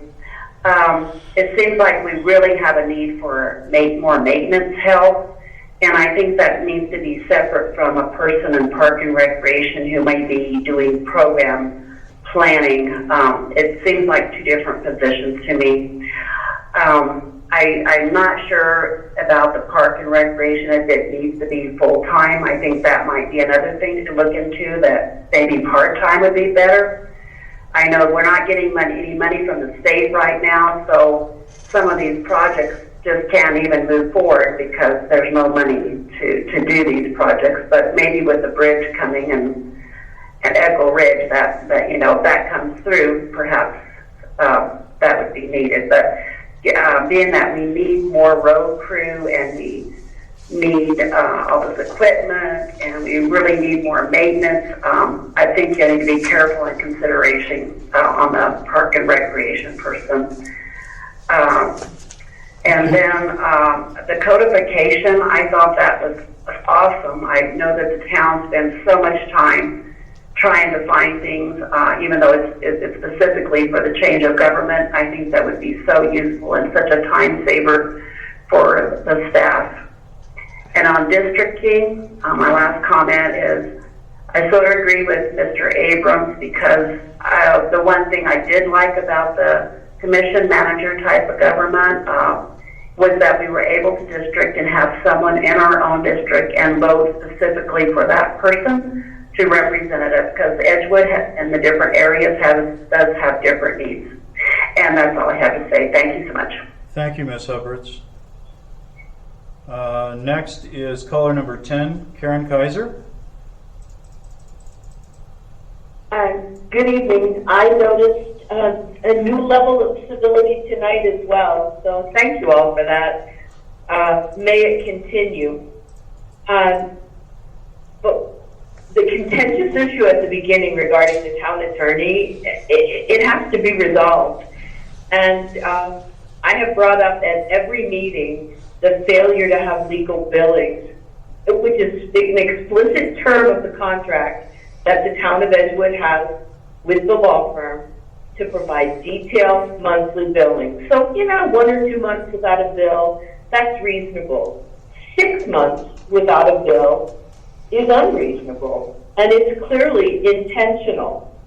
That our town clerk treasurer can't find time to make one phone call to whoever handles billing at Roble Israel and Anaya in over 6 months, equally ridiculous. So instead of complaining, I want to suggest what I think is really the only solution.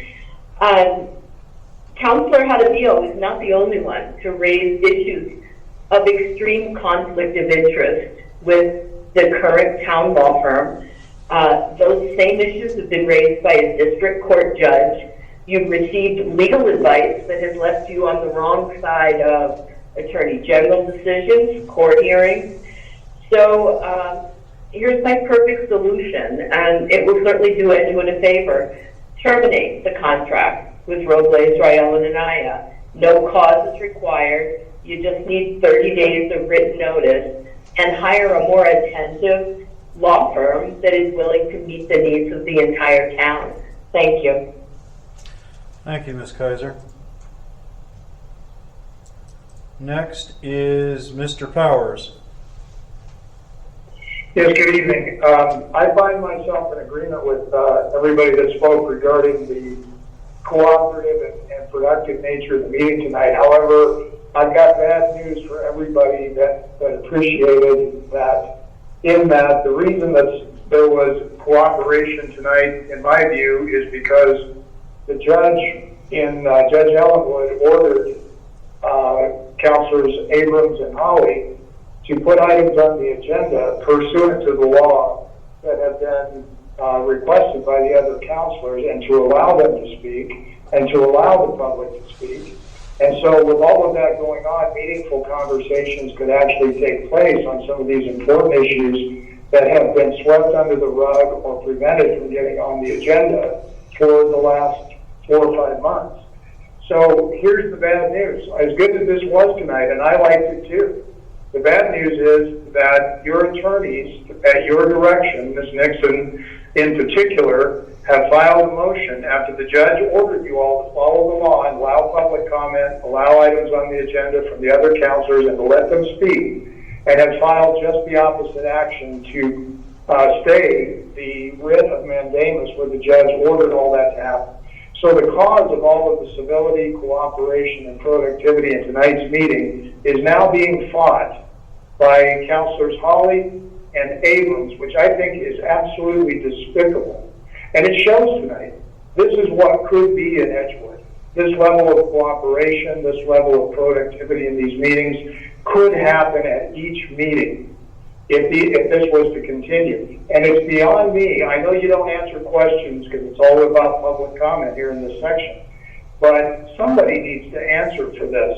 How dare you take this up and quash the first productive meeting by changing back to the old way of being that you have pursued of not allowing the public to speak, not allowing the councilors to speak, and not allowing important items on the agenda to get on. So I want to read from the filing that was made by Ms. Nixon, and here's what it says. As this is an item in her filing: public comment is disrupted, precludes transition of the form of government, and impedes completion of town business. So I suppose you're talking about me and everybody else who spoke tonight. Somehow we're disrupted, and this precludes the transition to commission matters. It's ridiculous. It's ridiculous on its face. The filing goes on to say a local newspaper reported that after adding public comment to the agenda, the meeting devolved into chaos, and the meeting went totally off the rails and erupted into a cacophony of barking dogs, television sets, and lots of people talking at the same time. Well, this is the basis on which you're going to get rid of public comment. All you have to do is manage the microphones, as is being done tonight. You muted everybody else. That night you did not. Somebody made a mistake. That's not the public's fault. They shouldn't be penalized. Mr. Abrams, you talked about representative democracy, which is close to my own values and my own heart. However, you know that in a representative democracy that you represent the people. And how can you possibly represent them if you won't let them speak? So you're again going back to the judge and asking to put this in abeyance, put all of this on hold so it can go back to the dictatorial, top-down, opposite of the democracy that you profess to love or to represent. So I'm asking you to reverse course on this item on this legal matter. You talk about you're not bringing these lawsuits. That's not true, sir. You are perpetuating the conflict here by trying to go back against the judge's orders and get this to revert back to that top-down dictatorial style. I think the people in Edgewood have had enough of this, and this is why the legacy meetings at CORE were so successful, why over 400 people went to that first legacy meeting, because they're hungry to be heard. That was the comment I got from most of the people that night that came up and thanked me for the meeting. They said it's so nice to finally be heard. And we're going to have another public forum soon, and we'll be discussing these items. So I'm asking you to do something about this, if you really believe in representative democracy. The other comments I have is the roads are very important, but you don't end up with a $30 million road liability by doing roads and taking care of them every year. There hasn't been a single road paved under this administration in 5 years, no new roads. The money that was spent running sewer onto the Bassett property, the money that was spent on $328,000 to EPCOR, the EPCOR takeover, which is the most unpopular item in the representative democracy that you represent. We found that out through an IPRA and totaled up the fees $328,000. You could do a lot of road maintenance with that.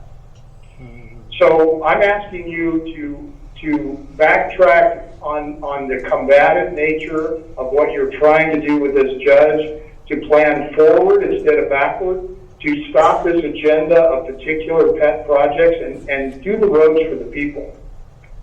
So those are my comments. Thank you. Thank you, Mr. Powers. Next, we have Ms. Donna Goodhue, number 33, caller 33. Yes, this is Donna Goodhue. I just wanted to thank everybody tonight for a good discussion.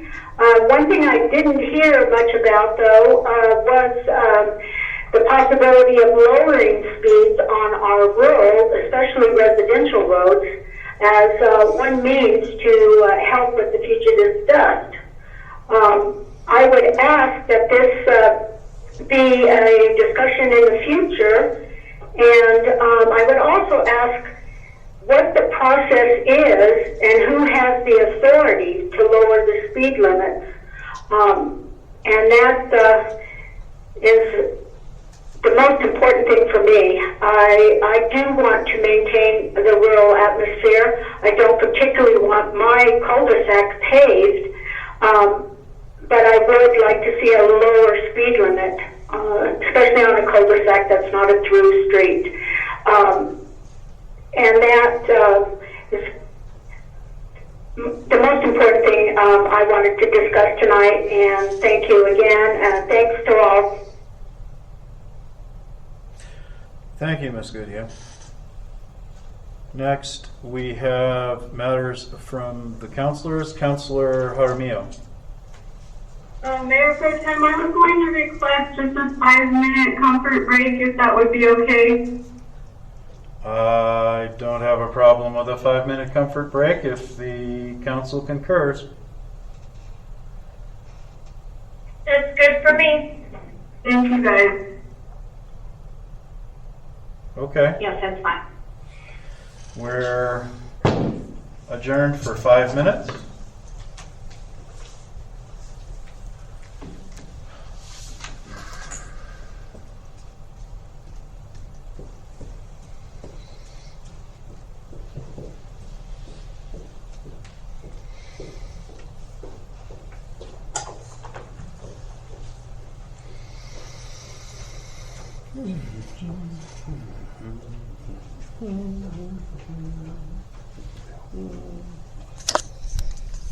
Looks like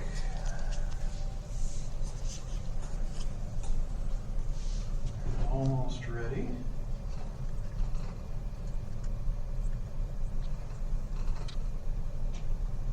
Waiting on Councilor Abraham. I'm back. Councilor Abraham is back. Okay, let's go back into session. And we are at matters from councilors. Councilor Jaramillo, you're up. All right, thank you.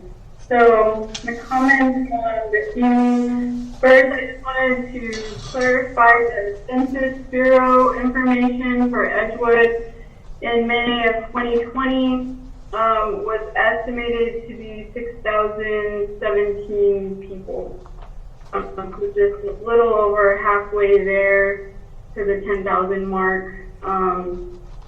I think, Councilor Hawley, just because there's so many unincorporated areas in that zip code, that's probably why you had that other number. But that's on the Census Bureau's website, and as of May 2020, their estimate. The legal bills, on this topic, just another point I wanted to make is that you've all acknowledged in the past that there's been some trust broken between the public and the town. And I think that just being able to have openness and transparency for the public is very, very important, because otherwise, at this point, after so many problems and so many violations, their mind just goes directly to, okay, what are they hiding? What's being hidden? What's not being disclosed? Why can't we get this? What's happening? Why are they not just giving us the information transparently and openly? And so that's really the principle behind what I'm hearing from the public on that topic. Plus, for me, it's good accounting practice, right? I mean, you got to know for budget, you got to know for accounting, you got to pay your bills. So next topic, agenda item requests. I made some this evening for action for future meetings, and just want to make sure that we can get this on. I did want to ask where we were at on the RFP for the wastewater treatment plant operator, because in looking at the minutes, it reminded me that there may have been some wording that we were going to get to change that. So I wanted to ask the clerk where we are at on that. Did we already issue it or not? Mayor, Council, no, it hasn't been issued. It hasn't come back for you guys yet to approve. Okay. Then it's on my list, back on my radar to give you those changes that we had suggested that I saw in the minutes. As far as the comment on the writ and the judge's ruling, and I thought it was a really good point. We are a representative document or democracy.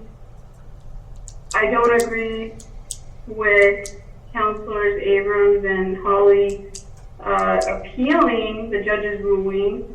I think that the judge took a look at what we brought forward and made a fair assessment of the need to appoint a counselor, the need to listen to the public and have public comment, since that was the history. Also, just the ability to add agenda items, as every other mayor and councilor has stated was possible in the past, and her clear interpretation of that. Then as well, the council manager steps forward that need to be taken. That's what the judge put in the writ needed to happen. And I think it's really, truly going backwards to appeal that. And if you look at those items and what they are, they're just things that are representing the public. So appointment of a counselor, well, that gives them their fifth representative to go to that they don't have right now. If you look at public comment, well, that's in the entire history of Edgewood, always have public comment. There's case law that backs that up. Why would you want to appeal a judge's ruling to have public comment? You guys are appealing that. Also, the ability to add agenda items. that's for the public, so they can come to us and say, Counselor, we need to do something about fugitive debt. So, we have these great agenda items on here tonight, not all of them for action as I had requested, but, we were able to get things on. Things that we've been asking for a very long time, and it was very productive to do the people's business. And yet you're appealing the judge's decision to have a meeting like this tonight. You're basically saying, no, Judge, you're wrong. Judge, wrong about listening to the public. You're wrong about adding agenda items. And Judge, you're wrong that the people need to have another representative. And you're also saying, people, you're wrong. Judge, you're wrong that we need to take the commission manager steps forward. So everything that you're appealing in the judge's decision is essentially for the people. And the people need to be aware of that some very positive things were worked out. We were able to have a plan and a path forward, very straightforward. And then now you are, I guess, content to spend more town money to fight, representing the people. And I find that to be unfortunate and sad.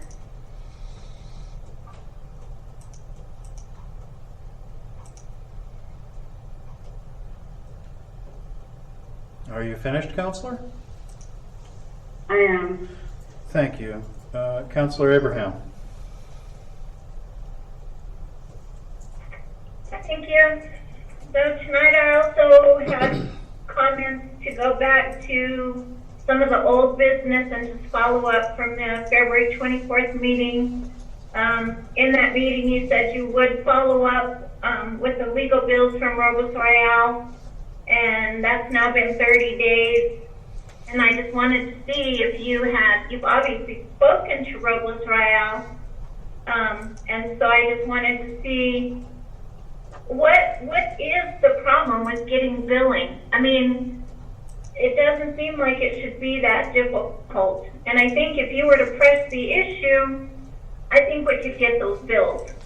And we need you to do that because we can't seem to get them. They don't appear to represent us, as in myself and Councilor Jaramillo. The thing I wanted to ask about at that meeting, you also said that the Purple Heart signs were in and that you would see what we could do to plan a memorial. And I just wanted to know if you had any updates on that. Do you? I'm looking at Mr. Williams. The signs are in. I've given them to Santa Fe. I will check to see when they're going to be posted as far as any type of a service or any event planned for them. I'm not aware of any of that. Okay, because we did kind of talk about having like something over at the Future Veterans Memorial or something like that. Some sort of ceremony to honor our community Purple Heart recipients. And so that is important to me. My uncle was a Purple Heart recipient, and I would like to have his son present at that memorial. And then the other thing I had was also I had made notes about the wastewater treatment plant RFP, and I think I had also asked for a legal RFP to be brought forth to see about getting maybe possibly different legal representation, because I am not real pleased with what we've been getting lately. And then on the March 10th meeting, Mr. Abrams, you had stated that the 2021 operating resolutions would be brought back forth. So, still waiting on that one. And my other concern is invoices not getting paid, not just legal, because those apparently aren't being billed, but we have invoices that have not been paid for the chamber membership for last year. We have the Sancho Basin Water Planning Committee membership, which I am a member of their board, that has not been paid. And I keep hearing about Dr. Dixon that's not being paid for veterinarian services. So I just wanted to know, have these invoices been paid since the last meeting? And if not, why not? And then the other thing I'm really too also excited about us doing something with roads, which is exactly what the people have been calling for as long as I have been a member of this governing body. And I am sad to say we have not done anything in the last 5 years. But the other thing we need to keep in mind is our wastewater plant takes a huge portion of our budget. And we need to be looking at what are the needs of the wastewater plant as well. And so those are two of our hugest infrastructures, and we do need to make sure that we're planning accordingly. You know, we do have an asset management plan for our wastewater plant, but I do not think we're following it. I do not think we're funding it. And I would like to see us start working towards some goals for that. And other than that, that's all I have for tonight. Thank you.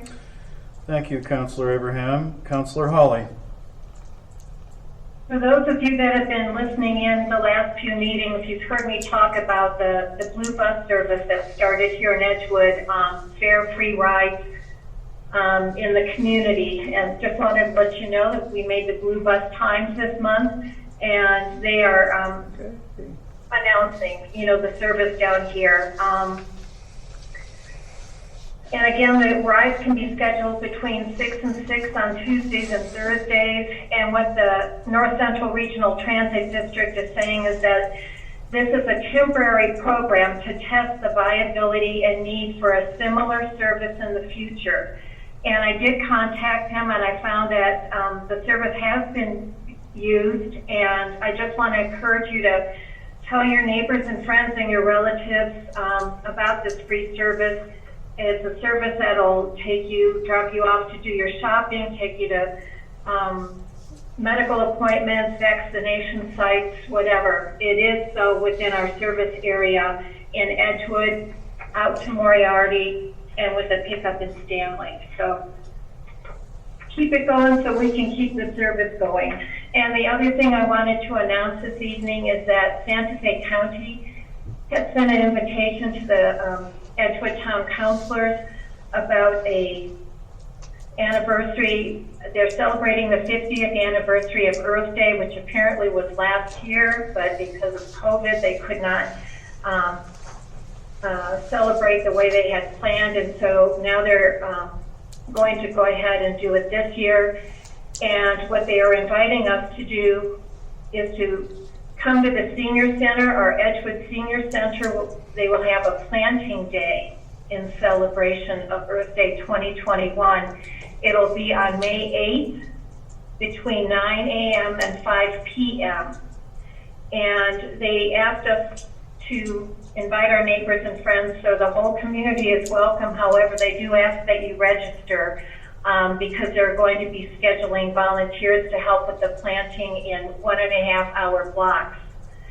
And so to get more information or to register, you're asked to please contact District 3 Constituent Services Liaison, Olivia Romo. And her number is 505-986-6202. So hope to see you out there. I think this will be a great opportunity to finally have some community presence doing something together. Thank you. Thank you, Councilor Hawley. I don't have a whole lot tonight.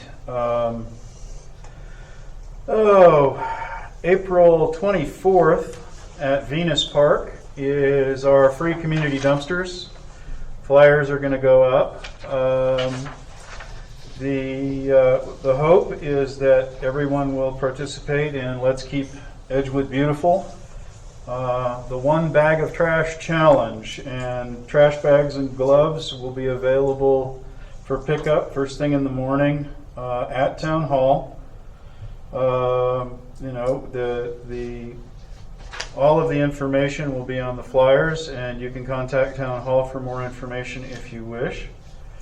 The dumpsters are open to all Town of Edgewood residents, and of course, no motors, oil, tires, fluorescent tubes, refrigerators, you know, computer electronics, stereos, that kind of thing, or any hazardous waste. But and no commercial construction, of course. But the community dumpsters are going to be free. All you got to do is show a utility bill or your license or other ID that shows you live in the town.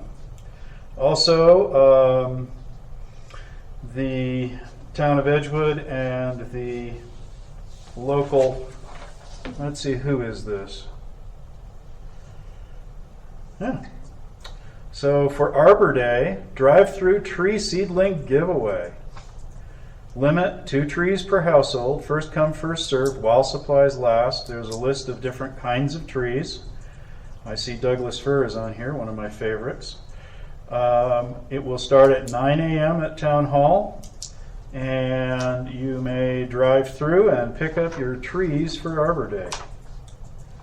I do want to remind councilors and the public that we paved Horton Road from frontage all the way over to Dinkle not too long ago. So there have been paving projects, not only under this administration, but I think there's actually another one as well, but that was the big one. So that was a errant fact or non-fact. There has been paving projects. I think the Orrs would love to have that project happen a lot sooner than it was completed. And with that, matters from our clerk treasurer. I have nothing tonight. Clerk treasurer has nothing tonight. Calendar review. Next council meeting will be April 14th, 2021. Same bat time, same bat station. And with that, I'll ask for a motion to adjourn. I'll move to adjourn. And I hear a motion and a second. All in favor, say aye. Aye. Sounds like a chorus. Good night, everyone. Thank you. Night.